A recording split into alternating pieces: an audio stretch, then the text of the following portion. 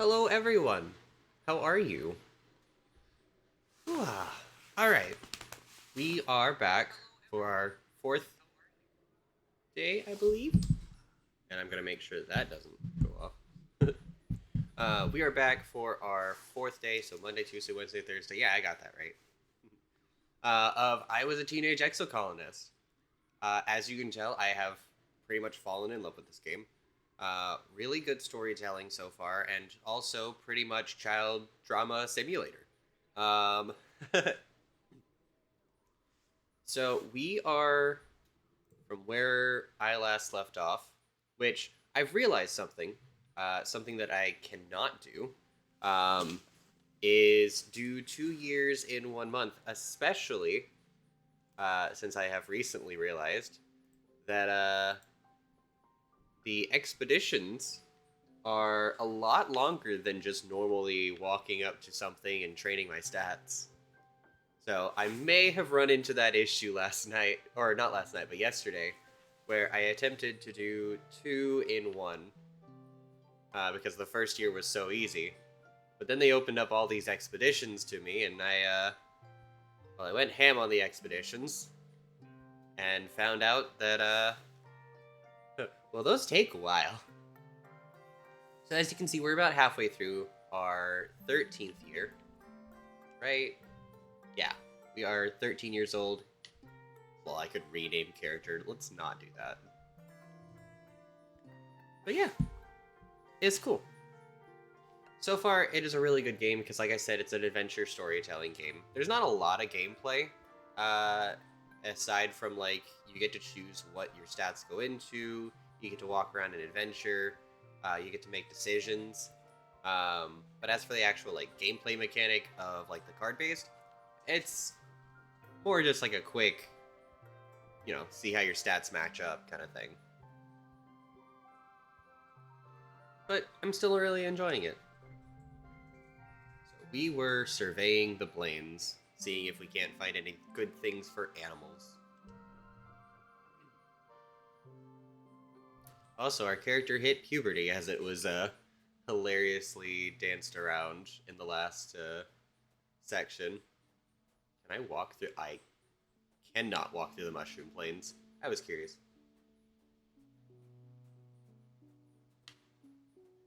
But yeah, feel free to jump in chat, say hi. If you have any questions about the game, comments. If you see something I don't, um, absolutely join in. I greatly appreciate any form of interaction. It's fun playing with people.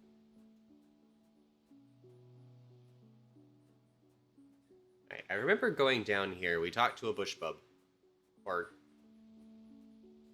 pretty much learned about a bush bub. We were continuing upwards. I probably should have looked at the map, considering where we are. There is no map now. Alright. Well, we have to combat. A mass of dead bushes blocks your way. They have pointy spines the size of short swords, and they look very, very sharp.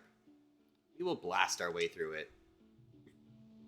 Good thing you brought a phase cutter, or a plasma cutter. I'm just gonna say plasma cutter. I don't know why they dropped the A. Good thing you brought a plasma cutter with you. You cut a hole through the bushes, and you set a bunch of the surrounding forest on fire while you're at it. Oh, that wasn't smart. Child, no. Why? Ooh, medicinal roots. Okay. Spark Snow is driving down, and visibility is poor. You can barely see your hand in front of your face. Well, let us try to find our way. Alright, we get +1 to physical red cards. Well, luckily we have a red card locked in. I just wish it wasn't that red card. Okay. That's good. Alright. We got...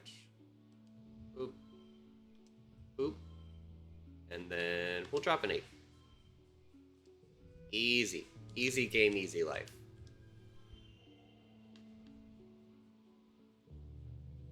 And we are victorious. And we got an extra perception because we got super goal. Because we're so perceptive.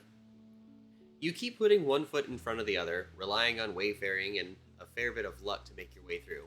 But you see something inexplicable. What the heck is that? You squint. What do we get? We got one animals.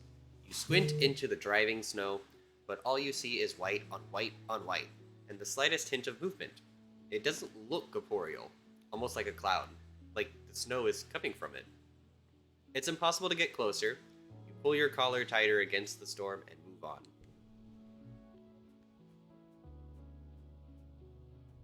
Okay, so weird beings, got it. Ah, yes, the spooky scaries. So many medicinal roots, that's really nice. Alright, well in order to get to that medicinal, we have to touch this lake pond thing. Alright, there's not much to find out here, but the peaceful atmosphere is great for contemplation. You find a particularly beautiful little plateau where you can see the plains spread out before you like a picnic blanket. Round lakes dotting the land like glimmering mirrors in the sky. Jis is scouting further ahead. He was eager to find some adventure. We could stop to meditate. Let's stop to meditate. Haha, we refilled our stress. Alright, you focus on the sounds around you, on your breathing, on the feeling of your butt on the rock, and the slightly cool breeze on your face. It's very peaceful, and you can feel yourself relax as you become one with the planet. Nice. Not a complete refill because time still does pass, but it's still really good.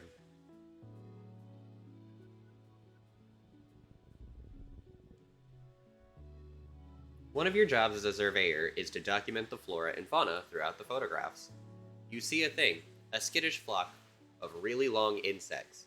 Each one has 10 to 20 sets of wings, like long rods with nibbly bits at regular points. They're moving so fast they're almost a blur. You've got a camera built into your hollow palm, but it's not equipped to capture difficult shots like this. You'll need to put in the work. Ooh. I think our animals better than perception, so let's go ahead and do an animals challenge. Aha.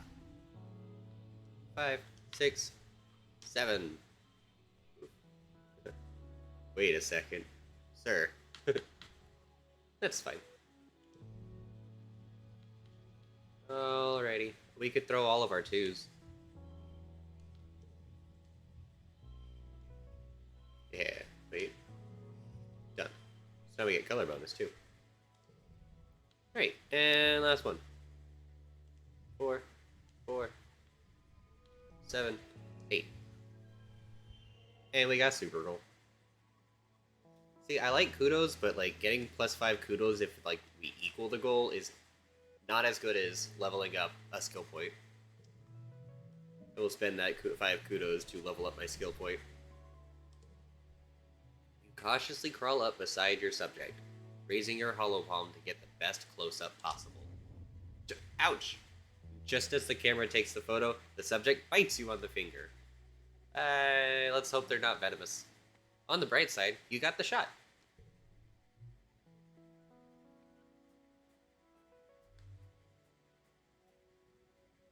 This is basically just an interactive storybook, and I love it.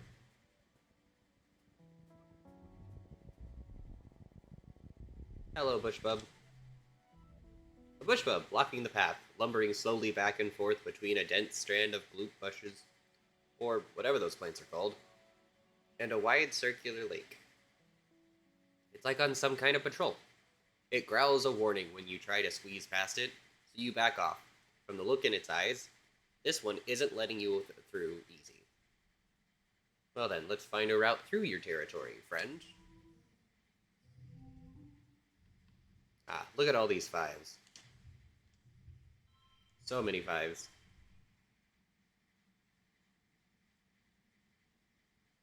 Okay. 4, 4, 6. We'll scooch, scooch, and scooch. This will be a 2. Bet. And lastly, 2, 3, 4, 6, 7. Aha.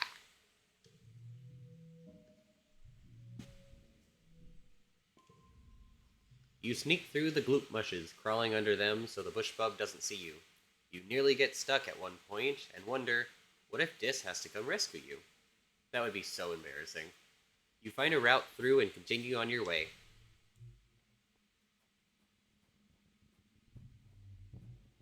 So many medicinal roots. Hey, there's an exclamation point here. You spy a creature that reminds you of Cal's oh yes, socks! A dilly pillar, maybe. Except it's huge. Really, really long. Like, as long as the stratospheric. Enormous. Could it be the same? You aren't totally sure. You watching it on your holoculars, so far in the distance, it looks like a train crawling along on the great cliffs, along the wrestling ridges to the west. It crawls down the cliff face towards the Great Plains, not far from you. Let's sit back and watch it from afar. It sniffs around the base of the cliff for a long time. The cliff is made of sparkling iridescent rock, almost the same shimmer as the dilly pillar's scales. The dilly pillar starts to eat something. You can't quite see. What? From so far away, it seems to be eating something that grows in the rocks. It grazes for nearly an hour, then crawls back up the cliff face and disappears, heading west. You take diligent survey notes, but you have another motive. Whether this creature was eating, or whatever this creature was eating, maybe Socks needs it too. After it leaves, you investigate the base of the cliff where it had been. There are some scrubby grasses growing there, and that seems pretty common. You grab a few handful of these, and a flower you've never seen before. Orange and kind of lumpy. You uproot a few of those as well to bring back to Socks. Better bring these to Cal. Heck yeah, we progressed our mission with Cal. Wonder if we can also figure out if there's anything.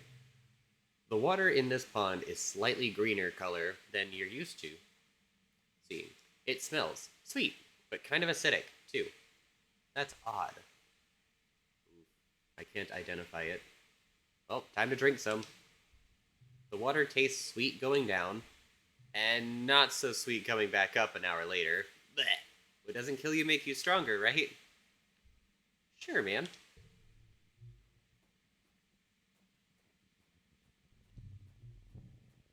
Ooh. Well, we're pretty much topped up on stress, so it's probably our last one. You're surveying some weird algae bloom when it starts to get dark. You pack up for the day and begin to head back to base when you see a cloud of Dorbs moths fluttering overhead. Yes! Them. The same villains that keep eating your crops. You decide to follow them. You creep silently after the Dorbs moths. You don't seem too afraid of you, or anything at all. The Dorbs moths eventually converge on a clearing where hundreds of them rest against stalks of giant fungal trees. The sounds of their wings rubbing against each other is like music. The entire clearing glimmers with dust. They're so pretty. You stand there and watch a few minutes. Suddenly, a piece of the clearing is broken by squeaking and chaos of flapping wings. The Dorbs moths all explode from their perches, sending clouds of choking dust into the air.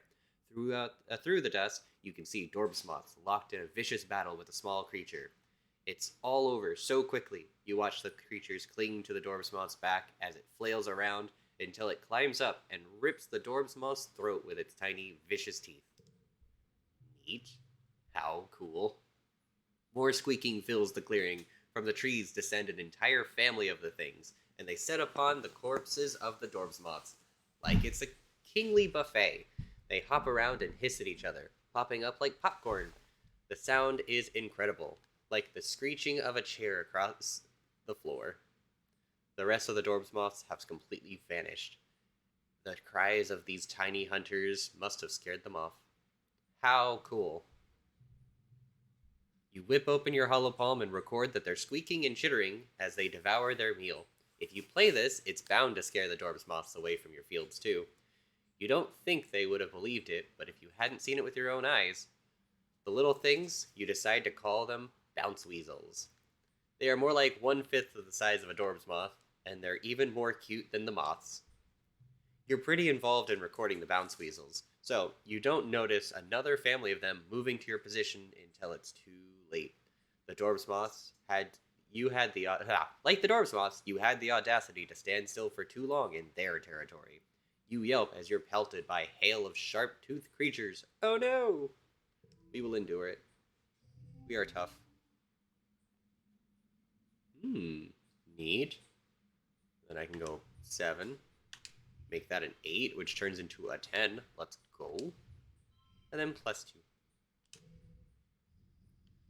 Alright. 2, 3, 4. Oh, that turned into a 6. Darn it. It's fine. We will take Socks and keep him. Because he's extra points on the end. Just like this. Boop, boop. Well, actually, no. Switch you out for that one. No, we'll switch you out for that one. And then we'll do a 6 here. So now we have 3 6s. We have 4 6s and a 7. 47 points. Because we are so strong, we have so many points. It is what you call amazing. Alright, toughness +2 and 1 kudos. You cover your head and neck, and the bounce weasels, well, they bounce right off of you. Some of them cling to your jacket, nipping holes into it, but when they can't get their teeth into you, they bounce away into the forest, tittering in anger. Law. You can't wait to show Cal the battle of cute versus cute. This planet is pretty cool. Plus, now you have an idea about how to keep the moths away from stealing your crops. You're too worn out and tired. To continue. You have to go home now. Understandable. Extra perception and animals. Let's go. It's for Tumnilia. Time for speeches, games, and feasting. Oh, nice. I was afraid I was going to have to sleep in the entire month. Now I get +50 here. You stare hungrily at the feast tables. Sure, it's mostly soy rations, but it's still more food than you'll usually see at one time. This year, though, there's something new. Great big tureens of glowing beans. Weird. You try to sneak some food before the speeches start, but Chief Engineer Instance catches you and smacks your hand away. Mom gets really mad at her, and it causes a huge yelling match. Your dad directs you away from the table as Instance blames your mom for the way things are. No! What do you mean the way things are? Your dad passes you a soy sweet to keep your tummy busy during the speeches. He's the best. Governor Etiquette takes the stage and manages to calm everyone down. Welcome, everyone, to our 4th Autumnalian celebration, she says, speaking through the maxiphoner. Her voice has been getting weaker lately, and can't reach across the square the way it used to. I'm proud, as always, to stand before you as your governor, and to celebrate another year of peace and prosperity on this beautiful planet. Etiquette steps aside, wobbling a little as she walks, leaving Seat to complete the annual formalities. Your mom steps forward. This year's feast includes new, glow-in-the-dark food. Pixie beans are our first domesticated Vertumnan crop. The crowd applauds, and your mom raises her hands. Credit goes to Geranium. He insisted that we dedicated a third of our fields to them. So, you'll also have him to thank for the light show in your toilets tonight. A smattering of laughter ripples through the crowd. Your dad chuckles nervously. Your mom's smile fades. As you know, we lost our hydroponic and microbial soil during the wormhole accident, she says. These pixie beans will make up for the losses we've faced in our earth crops. Etiquette's weedy voice rattles through the maxiphoner. Thank you, everyone.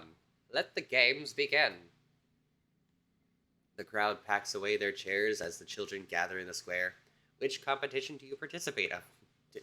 But quadrathlon, obviously. We are the strongest. Com directs your attention to this year's edition, a cloth-covered mountain as tall as 4 adults, studded with mysterious with mysterious protrusions. He pulls it back to reveal the Tower of Terror, he announces with a flourish.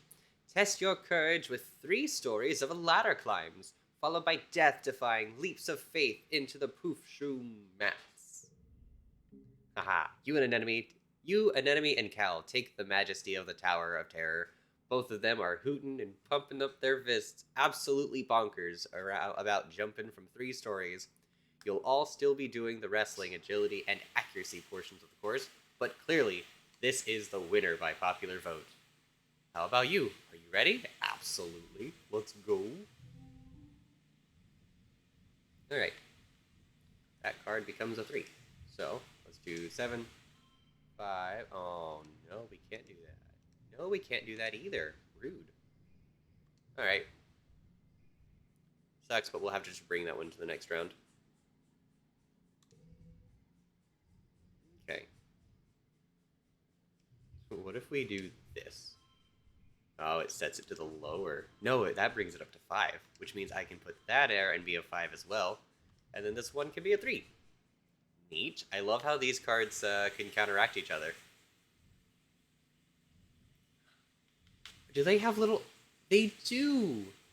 They have artist credits. If you look on the little profile, just underneath the left-hand side of the picture next to the number, they have little artist credits. I love that.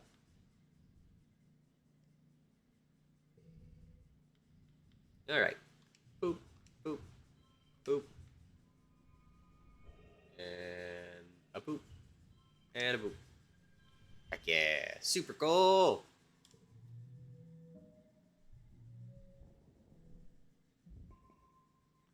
We lose a kudos, but we get +2 toughness from our super strength and super goal. You blow through the obstacle course, the basket shooting and bot wrestling with ease, and you arrive at the base of the Tower of Terror with a determined gleam in your eye. Neat.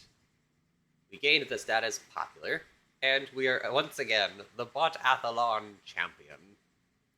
You scale it easily, of course. It's only ladders. Sure, it's really high ladders and a huge jump, but you also close your eyes. But you also just close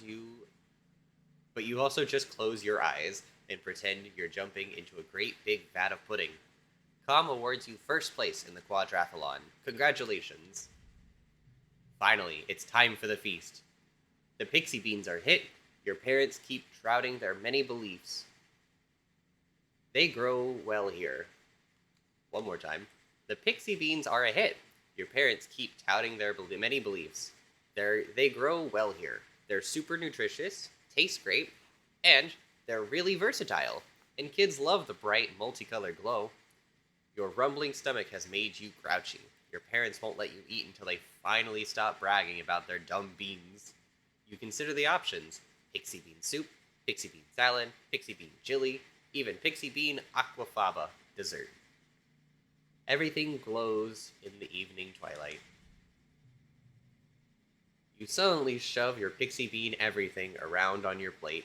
You don't even want to eat them anymore. Stupid beans, stupid feasts, stupid games, stupid everyone. Oof. Damn. That would be our hormones kicking in as we have hit puberty. Every time someone turns to talk to you, especially about how great these beans are and how great your parents are for growing them, you just get more elated. They're just beans. It's like they love these beans more than they love you. You're probably just hungry. Let's eat your beans, you kid. You want to rebel against these stupid beans, but the truth is, you're too hungry to resist. You count backwards from 10 to calm yourself down, and you don't blow up at your mom.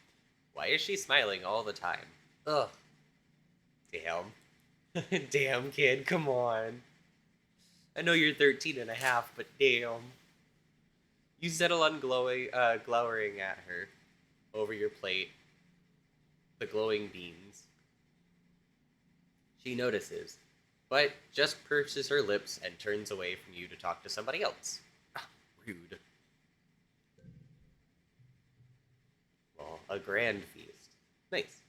You shovel food into your mouth, trying not to look like you're enjoying it. Okay, it is delicious, as everyone said. And you start to feel more human than You start to feel more human the more you eat. Right. Yeah. Food.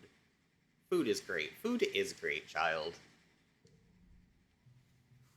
You do feel better after you eat something. Everyone's in high spirits after dinner, breaking off into little groups to talk or make music together as the sky darkens for the shortest night of the year. You feel your mood improve by the minute as your friends pull you into a fun rhythmic clapping game. As your irritation fades, you wonder if this is what congruence meant when she warned what your hormones would make you feel out of control sometimes. When you get back to your quarters to get ready for bed, your dad gives you a big hug. It's exactly what you needed. Ah, yes, hormonal teenager. It do be like that. Alright, well, we discovered some cool stuff, so I want to bring them back to Cal. Hey kid, I found some cool stuff about your socks. You find Cal and excitedly drag him to the barn where he keeps his pet dillypiller. I brought some plants for socks to try. You tell Cal about the dillypiller you saw in the plains. She's really gonna get that big? Cal breathes. He looks as worried as you feel. You lay out native plants for Socks to try. She sniffs each one, nibbles one, then another. She rejects all the grasses and twigs. Cal groans and pulls his hair. Last up is the orange flower. There are some dirty rocks attached to its roots, and then you brush them off, and it attracts her attention. She crawls onto your arm, sniffs closer at the rocks, then tentatively licks one. She then squeaks with joy as she puts it in her mouth. No, Socks, that's not food, Cal exclaims. Then you hear her grinding away with her teeth. She does have very big molars. They also look like they're made out of crystal rather than bone. Wait, do you have diamond teeth? You take a closer look at the rocks. They seem to be an iridescent mineral as the cliff. You give a lick, but it doesn't taste like anything. You both shrug, and this is the happiest Cal has seen Socks in weeks. You guess she just needed some rocks in her diet. Neat. So apparently dilly-pillies just eat rocks. You know what? Knowing that fact, rocks. Alright, I'll see myself out. Okay, more garden stuff? I don't know which one of these. I'm gonna work on the farm. That'll give us biology and toughness. That'll knock out our biology and give us a little bit of toughness. I think work on the farm is the right one. You play the... Yes, it is the right one. Okay, good. You play the recording of squeaking bounce weasels for your mom and Cal. You're sure this is gonna work, she asks. When it's done, it sounds annoying. You swear it will work. You saw it while you were exploring. It might not sound like much, but the Hube's Dwarf's moths are terrified of these little bounce weasels. Hunting calls, with good reason. You set up the speaker system and play the recording all night. The next day, there are no signs of the Dwarf's moths. Your crops are completely safe. I think it worked, Cal says. Ragashi, you're a genius. Nah, man, I'm just a kid who saw good stuff. Also, that is a terrible card for me. That is a genuinely awful card for me. It says -1 to all of my strength cards, and that's really bad. You're just glad that all your hard work isn't going to feeding those pesky moths anymore. Whew. More food for the colony. Yes, that is more food for the colony. +2 colony food. And +10 kudos. Get to work. Look at all of these numbers. It's like we doubled our goal.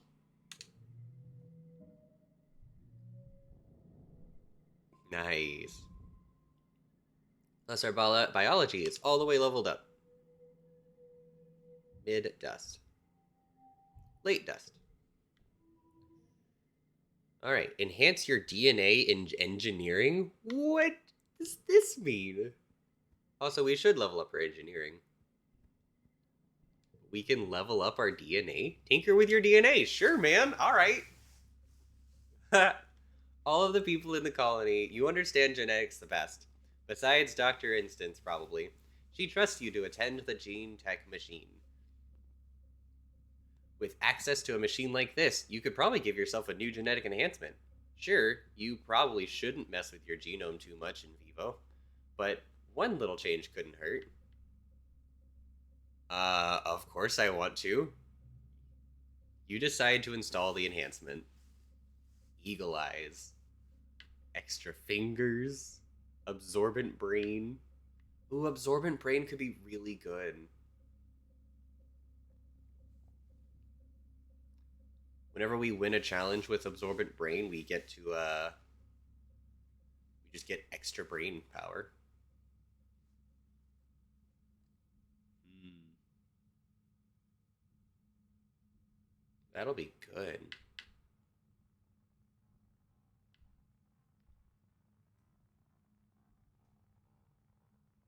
Ooh. Oh my goodness, which one should we install? We could Oof. Okay. I don't need to worry about speech. Speech is probably important, but all of the other two seems more important.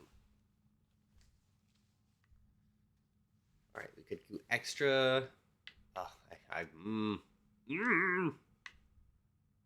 go eagle eyes.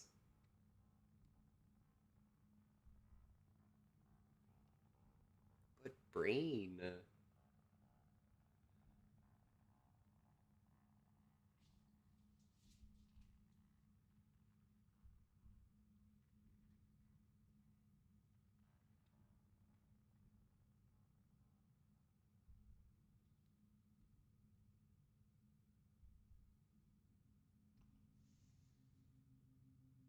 Yeah, absorbent brain.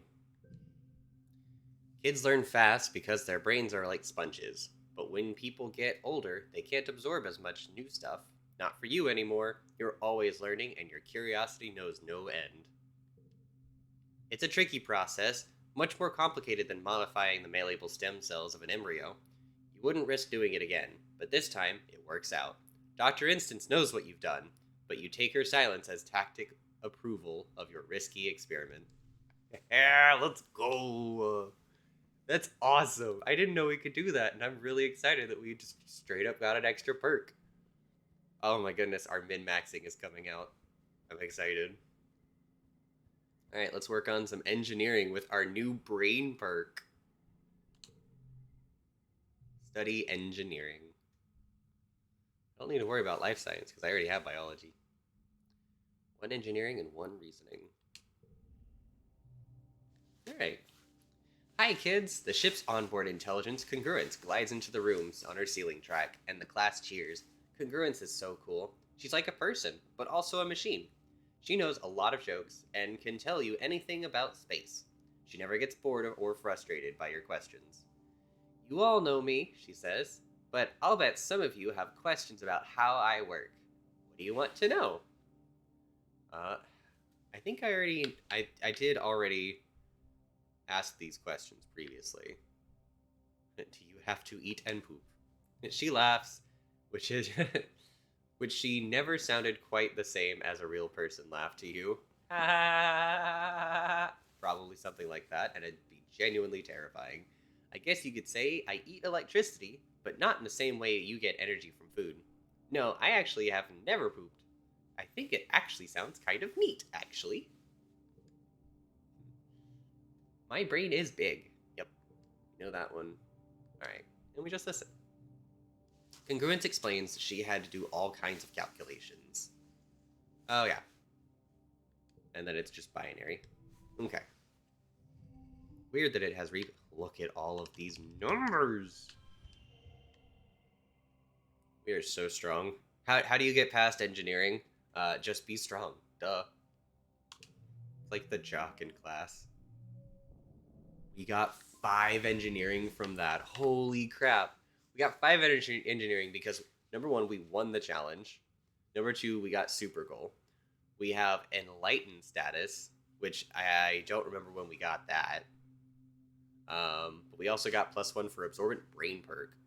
Yo, we can just power level all of these cool all of these brain stuffs. We're gonna power level our brain for 3 months. Oh, because we mastered a skill. Because we got biology all the way leveled up, we got enlightening the next couple of months. That's awesome. I like that. Alright. Anything else? Anything out here I can pick up? Nope. Okay.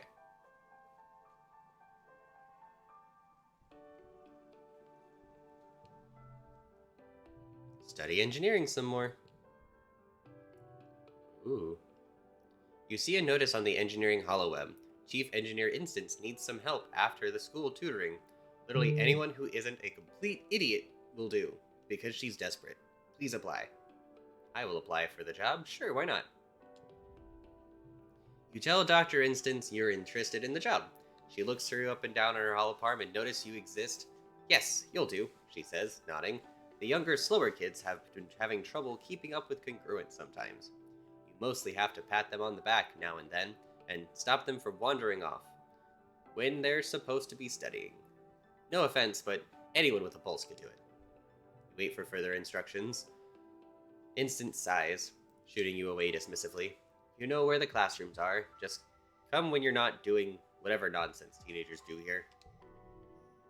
Neat. She must have noticed that our brain got so big. Ah. Super Bowl. Super goal again.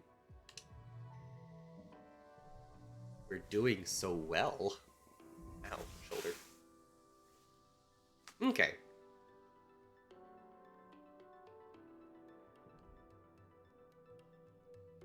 Alright, we got one more month of enlightenment, right? No, we lost our enlightenment. I don't know why we lost enlightenment. That is sad. But that is fine. It will be fine. Aha! A baba fruit. Hello, Mother. I do not have enough organization to talk to you. Hello, Father. I have animal things to know for you. Hello, Sunberry. Your dad greets you working hard or hardly working. Let me help you with the animals. Your dad is working on the float cows. One of them is sick and isn't producing enough urine as ballast. And it keeps wanting to float away. Your dad is building a spike so you can tie her down until she feels better. Well. Well. So I guess float cows are float. And we are lassoing the flying float cow. You hold on to a leash, feeling like a little kid with a balloon. A big, woolly, gassy balloon. It looks down at you with placid, unblinking eyes. You can see yourself refracted in them. Weird and neat. Cool. Hey, Cal. I did not find something you might like, sadly. Maybe I found something you like? Do you like things? Do you like medicinal herb? Question mark. No, you do not know what... You do not like medicinal herb. That is fine. Hello. Ooh, our toughness is high enough we can train together. Hey, Rigashi, what's up? You want to train together? Oh no! An enemy always insists that you never go easy on her, so this time you don't. Ooh. You go after her with everything you've got, and we hurt a friend. Oh no! No! By the time she finally taps out, you're both breathing hard. You let her up, she touches your fingertips to her eyebrows, startling when it comes back red. Whoa.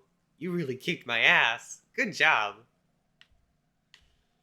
Alright, so apparently she likes getting her ass beat. Ooh, you have more stuff to talk to.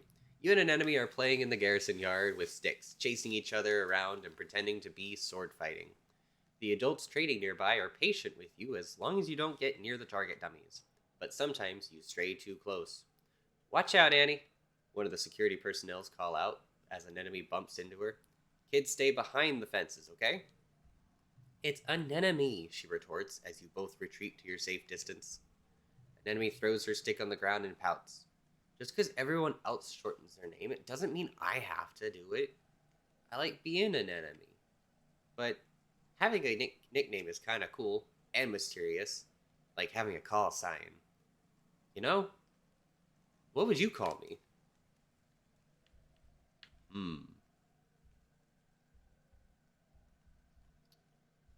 Just an enemy? Nemi? Nem is cool. But, like, she has a cool name. An enemy. An enemy a tentative smile widens. That's what I'm always saying, she exclaims. It's a perfect name, all by itself. You don't need a nickname to be cool, right? We all got such cool names in the first place. An enemy picks up her discarded stick. Now, she says, brandishing it to you. Prepare to be defeated by mighty anemone. Oof. Hey, anemone, your card sucks. You spend the next hour sparring with an enemy in the yard. I'm probably going to be getting rid of that. For sure.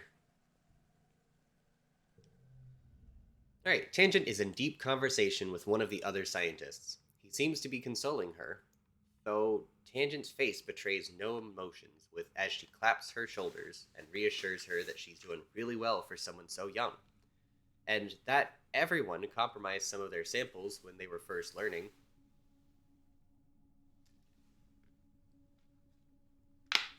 Ooh, sorry, voice was getting dry. He leaves, and Tangent signs as she goes to put her head into her hands, stopping short when she realizes she's still wearing the gloves. She peels them off and digs her fingers into her eyes. Are you okay, Tangent? I'm fine, Tangent replies immediately. I compromised an experiment that I was working on because the vent was still open as I was spraying the workstation down with sanitizer. She sniffs. It's so gross here, she says. I probably did that fungus a favor. Tangent takes the bottle of sanitizer from under her workbench and cleans while she speaks. There are pollen spores everywhere, she whines. And he comes over here to tell me it'll be okay, Tang. Like it's his job to console and patronize me. But it is okay to make mistakes. Tangent shoves the sanitizer back and under her workbench. Don't you understand? She says, frustration seeping into her voice. If we never feel the pain of failure, if there's no cost to it, why would we ever improve? I need to own my mistakes. Ooh, Tangent's focus. What I don't need, she continues icily, is someone to pat me on the head and tell me it's okay and adults will make it all better. I messed up, she says. Just let me fix it. Don't make a big deal about it like I'm a child with a boo. Oh. Well, I'm sorry. Hopefully you figure yourself out, kid. Is there anything new that we can buy with our monies? No, there is not. Okay. We still have a birthday. Oh, we missed your birthday. I'm so sorry. Oh well. Gave it my best shot. Here, do you like medicinal root? I will give you a medicinal root. I found it. It is all yours. Here. Have medicinal root. Make it no. Oh.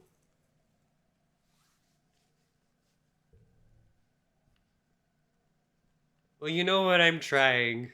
I'm trying really, really hard. Hey, Dis, do you like medicinal root? Here. I will give you a medicinal root since what's-her-name hates it so much. Wow. Ooh. He likes medicinal. See, Mars? You know what? I know who my friend truly is. It's Dis. Dis likes medicinal roots. He likes the gifts I give. Wow. Dis is so uncharacteristically excited about the roots. They're so colorful. I've never seen roots like these before. What kind of plants are those? You know what? We found somebody who appreciates our gifts. Here, I have something for you. Do you like medicinal root? It is. She also likes medicinal roots. See, I know who my friends truly are now. This is interesting. It's all Tang says, taking the roots and turning them over in her hands. Her lips curls in distaste at the dirt that still clings to them. No, really, she protests when she sees the look on your face. I'm going to analyze these roots and see if they have any useful properties.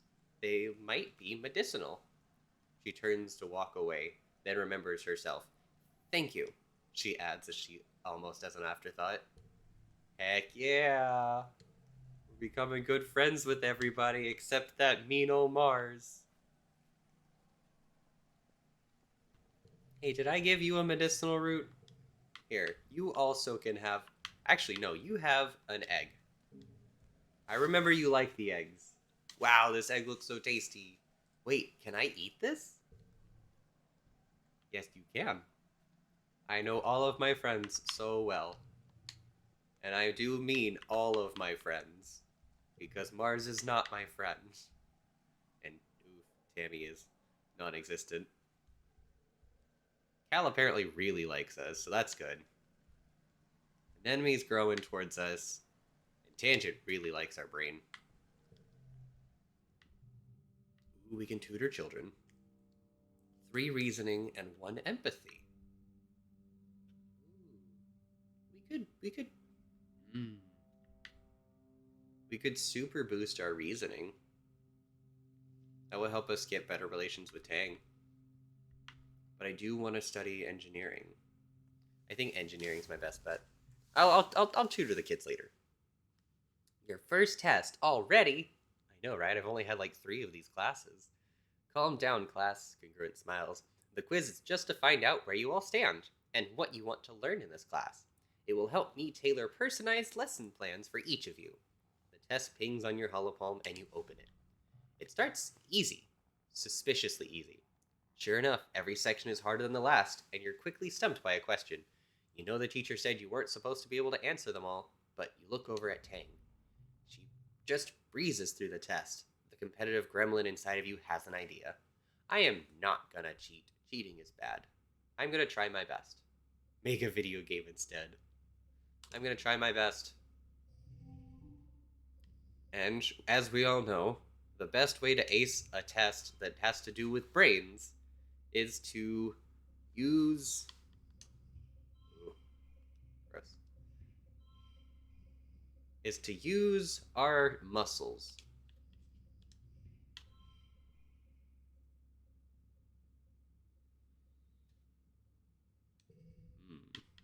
Boop. These are all terrible. Oof, my deck is not looking good. My deck is looking terrible.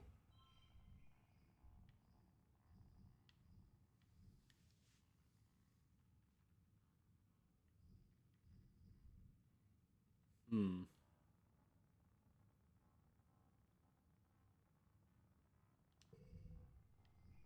Alright, this looks much better.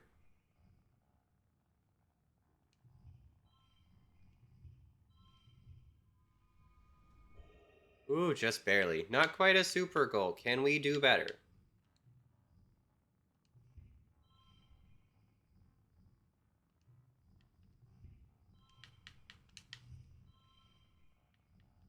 I can't move the middle one.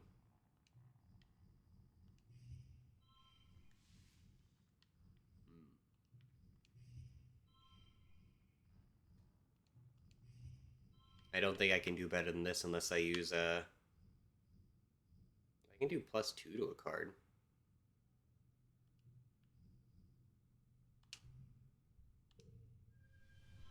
Ah, there's our super goal. I used a log to get super goal. We had like 10 logs. This is fine. I must ace this test. +2 engineering from super goal and absorbent brain perk. You plow forward, skipping the questions you don't know and coming back for some of them later. It's a good strategy, letting you collect easy points while you're not wasting time on the harder ones. You got an A, which means advanced class. You still got some wrong. It's a little frustrating, but the teacher tells you those questions were designed for much older students.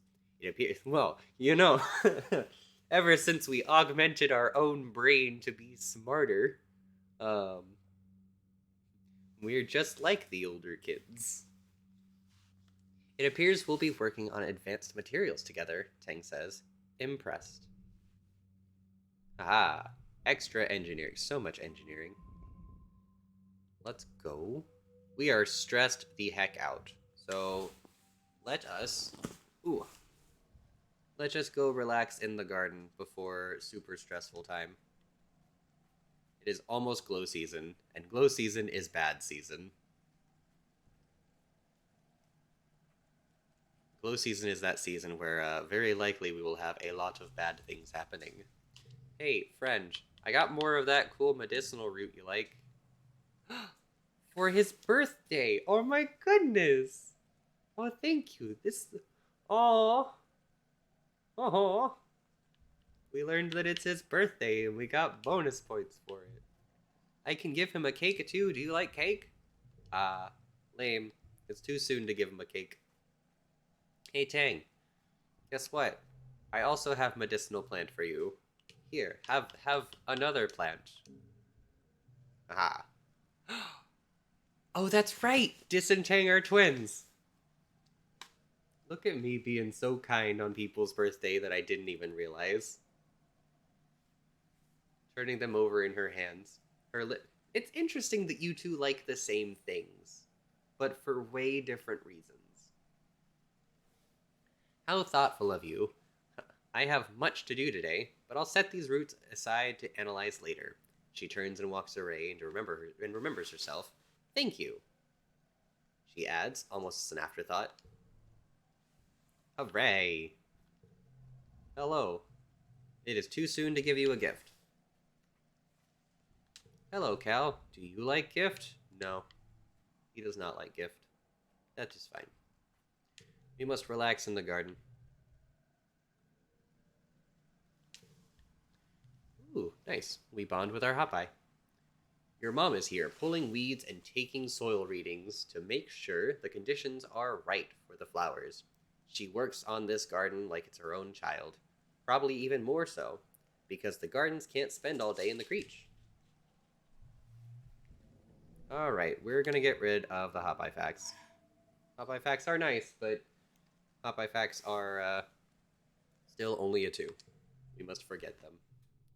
It's been a long month being cooped up indoors while it poured rain, and everything got too muddy and gross to play outside. You and the other teens are in the lounge again, and everyone's getting a little antsy.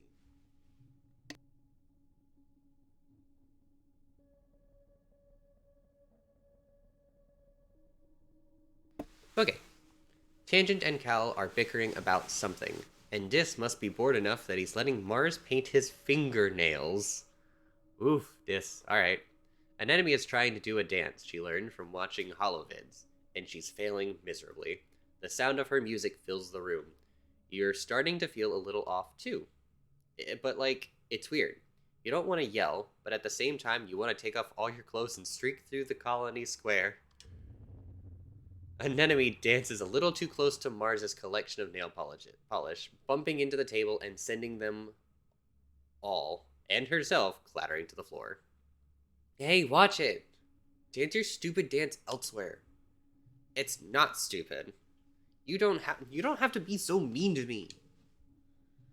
Boo-hoo, Mars teases. What are you gonna do? Dance about it? You're so childish. Who even cares? Hey, everyone, shut up, Cal exclaims from across the room. Honestly, you fight all the time. Just stay inside where it's nice and dry and you don't have to appreciate how hard everyone else is working. It's just whine, whine, whine. Oh goodness, these hormonal teenage kids, why? You're not better just because you work outside, Tang joins in. You're not special, Cal. If I wanted to, I could work outside. She opens her hollow palm and files her fingers over the screen. There, see? Next month, I'll be working in geoponics. How do you like that? Then you can nag me all about my soft hands all you want. Etiquette pokes her head from the command corridor. Children, keep it down.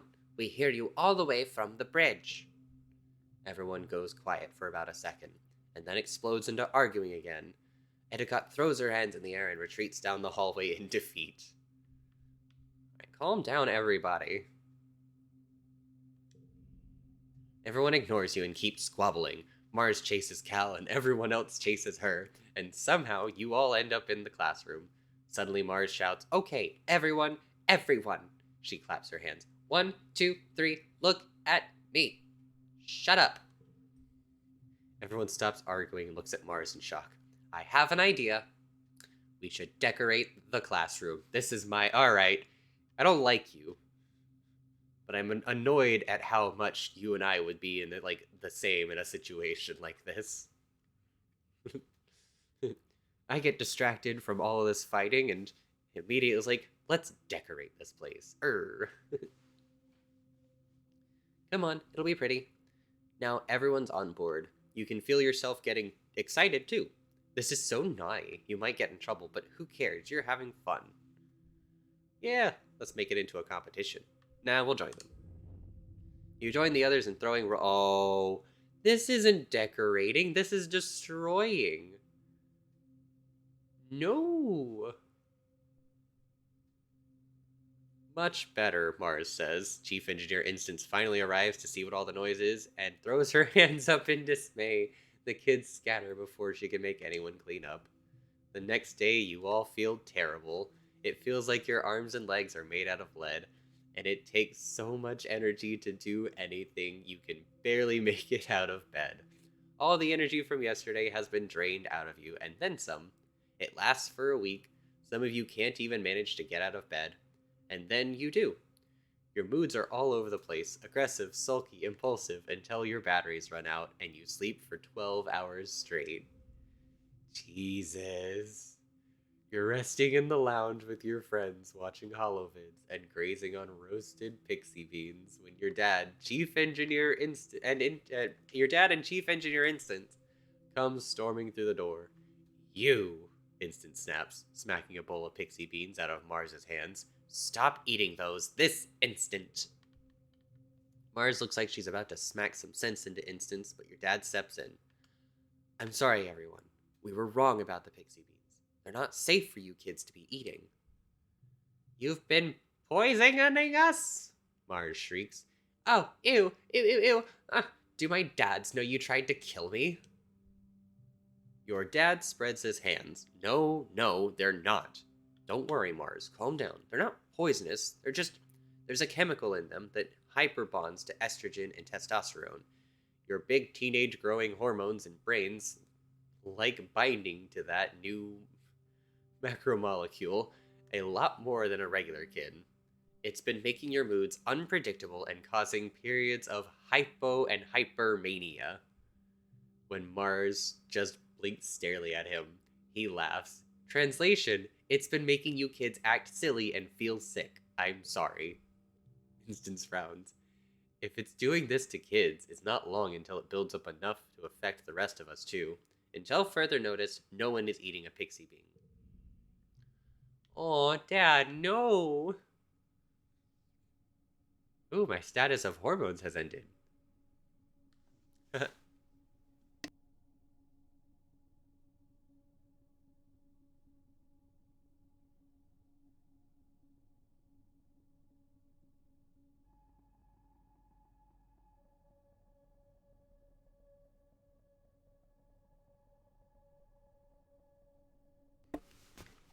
Your dad looks distraught.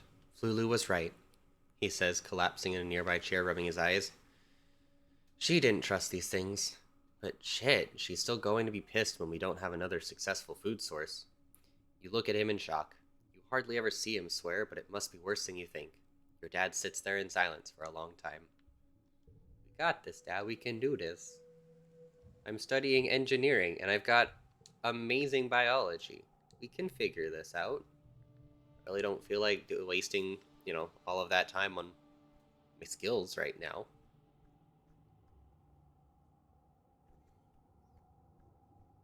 Hello, Mother. Okay, goodbye, Mother. Aha, crystals. Hey, Dis, I have more of those medicinal plants. Do you like? Question mark. Aha, he does like. He liked them a lot. Oh, okay.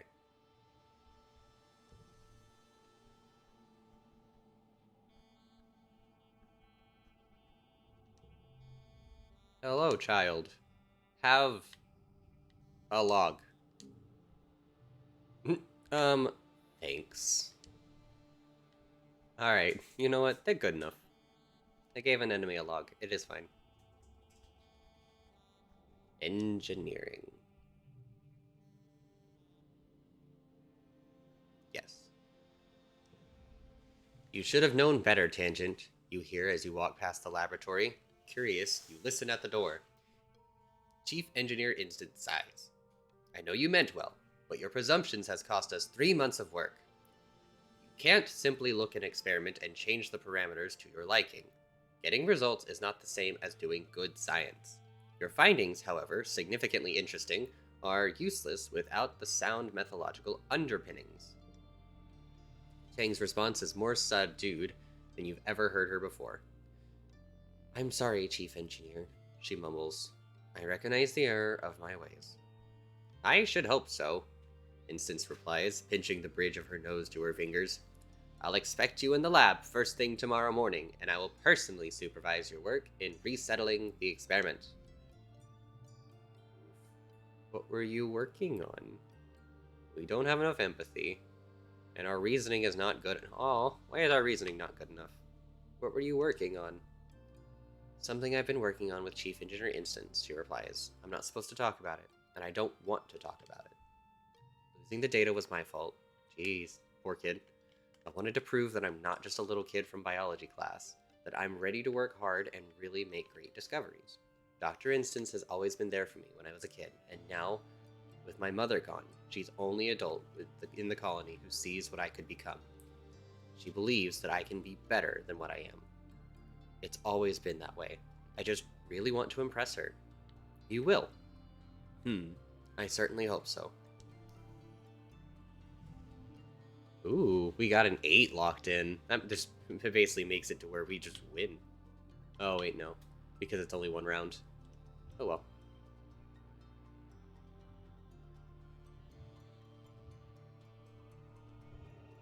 Oof. Make those -2s. Oh, this card is awful.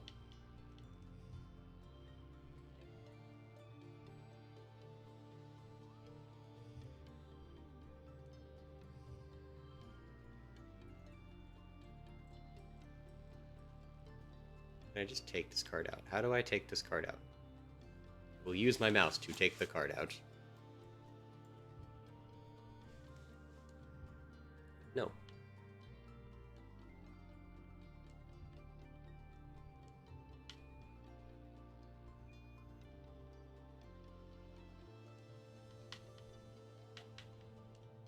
It's just fine. Our deck is not looking too hot, if I'm being honest.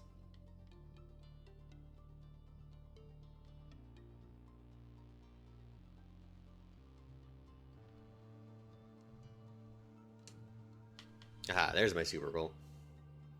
Good enough. 4 engineering, 2 reasonings, 15 stress, and a kudo. Another year, another glow. Everyone's pretty sure there's going to be attack this year, so the colony is on high alert. You are collecting glowflies in Geoponics Gardens with Cal and an enemy when the sirens begin to wail. You all stop what you're doing and look at each other nervously. Your parents run off to help defend the farms, telling you to get inside the greenhouses and stay quiet. Yeah, we'll get inside and stay quiet. You and Cal do as you're told while an enemy heads for the walls. You manage to push a trunk of gardening supplies across the door. They're automatic doors, so they won't stop them from opening, but at least it'll buy a few more seconds to run away if something tries to come through. Cal looks at the glass ceilings. If they come through, he knows a good hiding spot. I just hope nobody gets hurt. After a while, the all clear rings through the colony. You and Cal come up from your hiding place to creep back inside. In a distance, you can see that 2 of the largest fields have been torn up. Cal shoots you a worried look, and you go back to collecting glowflies in silence. You watch your mom and dad survey the damage with grim, tight body language. Your parents are arguing quietly at the little table. I'm telling you, it wasn't a fluke. They're not animals. They're not just wild animals. They have a plan. The fields, the lights. Okay, your dad replies, taking your hand across the tabletop. We have to tell people what we saw in Geoponics. They look up, noticing you at the doorway. Hey, Rutabaga. What happened to the fields? Your mom stands up. Don't worry about that, she snaps. Go to bed. It's late. And we have a lot of work to do tomorrow to clean up. Okie dokie. Ooh. Did our kid get older? Our kid looks like they got older. That's cool. Oof, we got a lot of not great cards, I would say. Not a fan.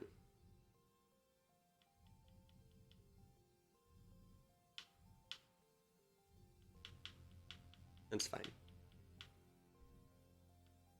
We got extra 51 kudos last year. And we got 2 whole colony food last year, so that's really good. We'll make sure that everybody has the food that they need. Gear. +1 to muscle cards. Or just +2 strength in combat challenges. Hello! Your hair is so big! An enemy scratches her cheek and then scowls a bit as the blue scales flake off. Stupid acne. On top of everything else I gotta do with this too? Hey, acne kid. Do you want... I don't know what you want. Hello! Tangent looks up from her hollow palm, blinking as her eyes refocus in the middle distance. And then on you. Her previous long hair is gone. Buzzed, closed to her scalp. You almost didn't recognize her when you first saw her. You wonder if it's caused by a lab accident or something. Hello, Ragashi, she says. Do you need something? No, I just came by to stop to say hello. The faintest hint of relief passes across Tang's face. You get the impression that not pressing her on her personal appearance was a wise choice. Oh, well, hello then, Tang replies. She raises her hand as if to push her hair out of the face, but stops when she realizes what she's doing. I'm rather busy at the moment. Actually, so if you don't mind, you can take a hint. Hey, I have a thing for you. You remember those plants I keep giving you? Here, have more. Hooray. Hello, Dis. I've been learning a lot about systems, Dis says, writing on his holopalm. Like the water cycle, and the nitrogen cycle, food webs and decomposition, stuff like that. It's pretty cool, even if it's all textbooks from Earth. He looks wistfully in the wilderness. There's so much we don't know about this place. Hey, do you like this plant I gave you last time? And then I'm gonna continue to keep giving you, so that you like me more? Hey, it's going up. And honestly, I don't care about this Mars kid anymore. I hate to say it, but I'm genuinely losing interest in Mars the more she interacts with everybody. But you know what? Tangent and Cal looking pretty good. Hey, look, it's Cal. You look older and cooler. Cal waves at you as you enter the garden, leaning on his shovel. Hey, Ragashi, he calls, but his eyes look past you, down the path where an enemy is beating the absolute tar out of a training dummy. Her fierce battle cries echo across the colony, making Cal wince. She's been going totally hard lately. Huh, she says. She scratches his face, smearing dirt across his cheek. She asked me yesterday if I wanted to spar with her. She said it would be good self-defense. Cal smiles sadly at the memory. I told her I don't want to fight. Not her. Not a training dummy, and not anything on this planet for real. I've never seen her get so mad at me. She called me a baby. She told me I was going to end up forcing everyone to protect me because I'm weak or helpless or whatever. I don't think it's right for anyone to fight, especially the Xenos. They were here first, he says. What do you think, Ragashi? Sometimes you don't have a choice. Jeez, you sound like an adult. They always tell us the both sides of an argument, but I tried, and I just think if you have to hurt someone to get what you need, you don't deserve to have it. But what if you're really hungry? What if they attacked you first? If something attacks you, you probably did something wrong. Maybe you shouldn't keep going into places where things want to attack you. What if your life depends on it? How is it fair? Their life depends on it too. You just can't decide that you get to live and they don't. But what if your loved ones are in danger? I mean, that's totally scary, but you kind of shouldn't be putting your loved ones in a situation where they could be in danger in the first. Jesus. All right, Cal, you're being a little naive. I hate to say this, like you're a good friend, but like sometimes you just have to fight. Nope, Cal says. Nope, nope, nope. Nobody's life is worth more than anyone else's life. It doesn't matter if they're human, xeno, or anything else out there. We all need to live in peace. You're right. You're right. Some people don't have the same beliefs as you, sadly. Sometimes I think about it, the xeno I had to kill the first time they attacked. Like obviously I'm glad I'm alive, duh, but now it's dead. I have to go back to an enemy. She stopped sparring with the training dummy. Or his eyes go back to an enemy. She stops sparring with the training dummy and is looking up the gardens as she has a drink. Neither she nor Cal wave at each other. It was an accident. I didn't mean to kill it, Cal continues quietly. It just happened. I wish I could tell it I'm sorry. Yo, Cal, that's what I'm talking about. I am so happy about that. You're very strong. It's one of the things you like best about him, even if you don't always agree with him. Heck yeah. You spend a few hours following Cal through the garden. The adults have given him a portion of the land to plan out for the next planting season. It's a big responsibility, but instead of feeling proud, you can tell Cal is a little distracted by your conversation. He keeps looking over an enemy's direction, but she seems determined to ignore him. When you finally head out, you're just as dirty as he is. The dirt sticks under your nails no matter how many times you wash your hands. Alright, so I'm going to take a quick pause. I am going to make sure that I can take a quick pause. Yes, alright, perfect. So we will be finishing this year out. Basically, it's the start of this year, and we'll be going through. And then for future, I will basically just be sticking to 1 year at a time rather than 1.5, because things are getting longer and nicer. But it also means that like more story is happening. I'm really happy about that. So I might take a quick break, give myself the time to stretch my legs, stretch, maybe snack on something, get some water. I'll be back in 5 minutes.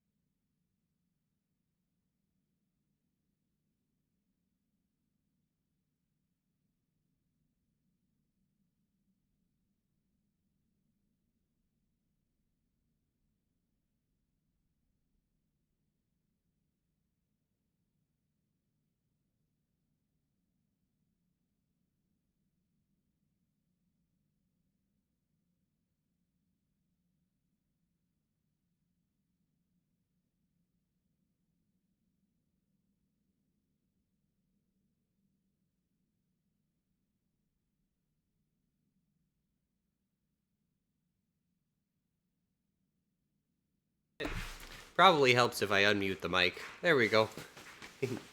Alright, and we are back. Is the sound working? Sound is working, it's just ambient silence. There we go. I like that I can just skip the songs too. Hello, Mars. Today is biology, she signs. This is so dumb. She looks nice. She grew up well. There's only one kind of biology I care about, and they don't cover it in school. Tell me about working the depot again. Oh, you want to hear more? She tosses her hair over her shoulder. You know, it's a lot of work. I practically run the whole command center. I could work there with you.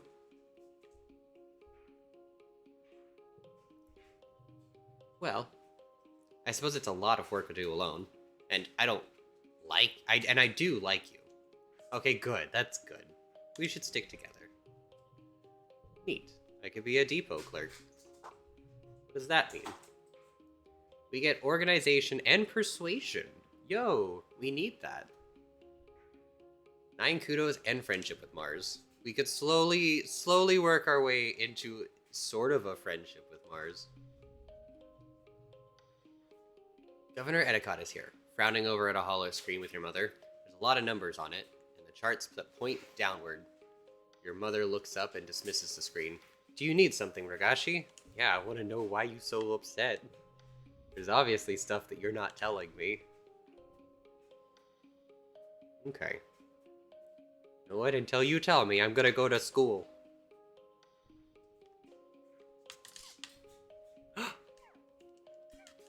What? I can pet you? I just got an Achievo for petting the thing, and it makes noises when I press the A button on it. It's so cute. Okay, cool. Neat. Tutor children. We got 3 reasoning and 1 empathy.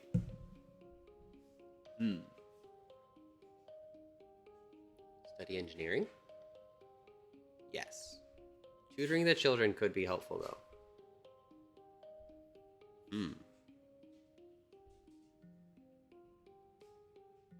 Study engineering. I want to at least get the first perk with it. To further your engineering knowledge, you take a mini-class with Chief Engineer Instance on the construction of maintenance on your holopalms. These devices are engineered bismuth crystals embedded in your palm. When you start school, they use the heat and electric current of the human body to power themselves, to talk to each other, and connect to the HoloNet. Congruence's massive repository of information, you can barely remember life before yours. Holopalms were a commonplace by the time the Vertumden group first formed on Earth, and the square bismuth is grown in the lab. So, physical devices itself isn't hard to maintain. The difficulty is in the display and touch interface. The interface opens her holopalm, or instance opens her holopalm, displaying a visible projected screen floating above her palm. As chief engineer, she also has one of the fancier versions that combine with a pair of eyeglasses. Ooh, that's cool. Alright, to superimpose a projection right onto what she sees. The interface relies on a plasma photo generators, which require extremely small components that are impossible to nanoprint. The material will have to be mined for Rotumna itself. Tang raises her hand. Is it possible to hack these devices? If the biological electronic interface is so thin, is it possible to hack the human body? In a way. We've already begun to hack the human body, Instance replies. What do you call gene tech? Everything the body is capable of depends on 4 nucleobases in different configurations. It's no different than congruence. Human and artificial intelligences are both built from a limited code, and are transformed into more by the building. Your genetic enhancements, super hearing, and sight, temperature regulation, increases resistance to fear, disease, and fatigue, all present in the human genome and unlocked by the power of science. Neat. Download your own mod? Yes, let's do that. Tang raises an eyebrow, impressed. What module do you choose? Ooh, we could do a puzzle game. Something to help find lost objects would be a radar speed gun. Bacteria sniffing sensor. Yo, that might help us in geoponics too if we need it. To help find lost. Let's go a bacteria sniffing sensor. Ding ding! Your hollow palm can now help you analyze the presence of 2,000 different kinds of bacteria and other unicellular organisms. This should be helpful in your studies of biology, mycology, and medicine. That's so cool. Alright, +1 for each gem on other cards.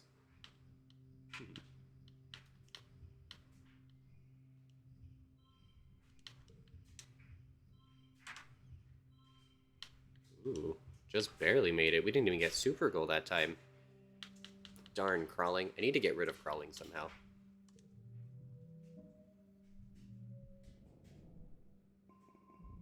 Nice. It's your birthday. You wake up from a night of blissfully peaceful dreams. No nightmares, no premonitions, just a pleasant feeling of contentment. You stretch... Alright.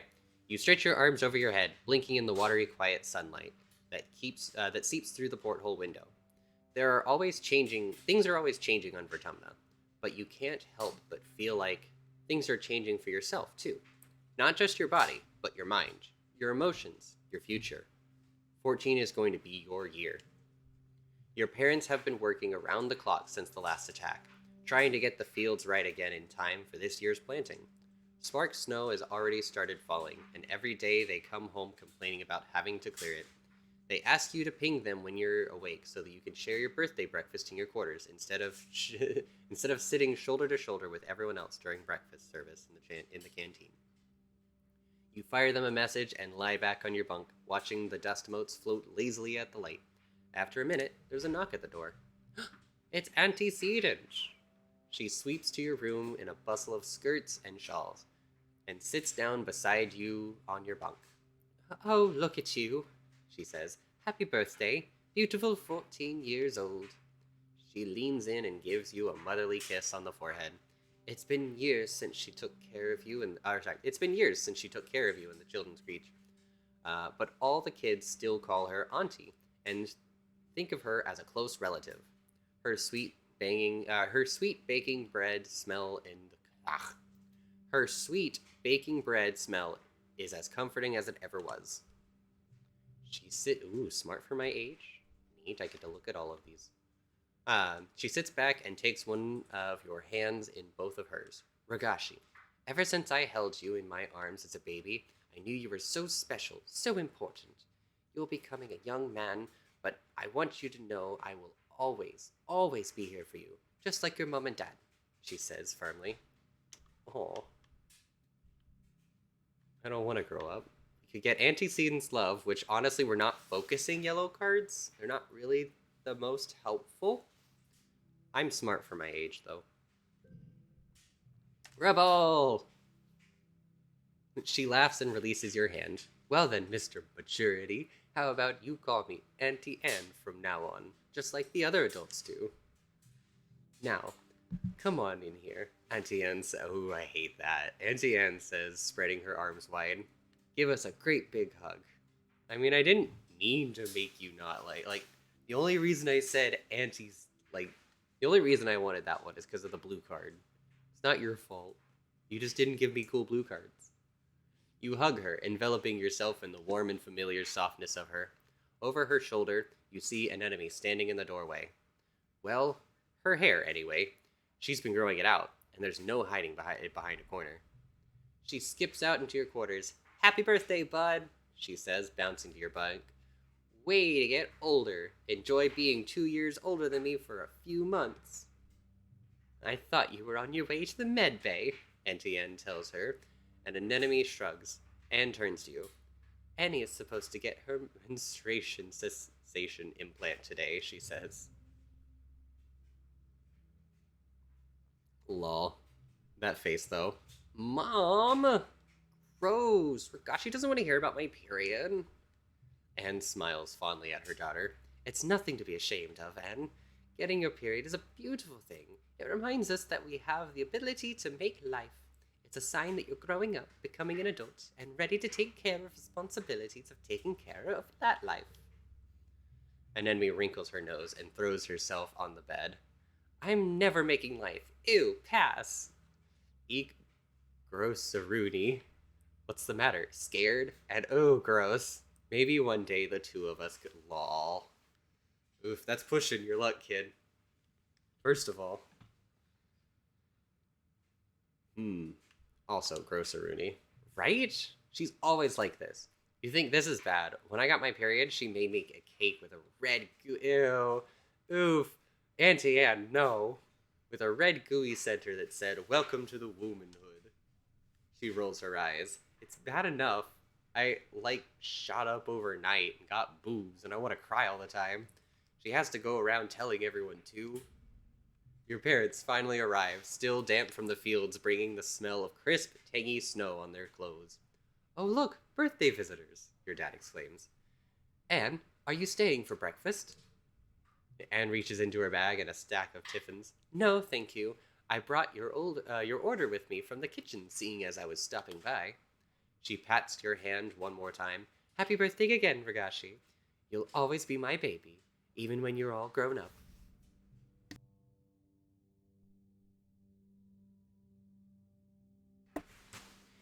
Your mom shakes her head as Anne and Anemone leave. Oh, Anne, she laughs, sentimental to the core. She starts laying out the cutlery for breakfast. But I don't know how the colony would manage without her and the children's creche, she says, and points a fork at you. Family is nothing more than people that birthed you, Ragashi, and don't... Oh, sorry. Family is more. I was about to say it, girl, don't you even... Family is more than the people that birthed you, Ragashi, and don't you forget it.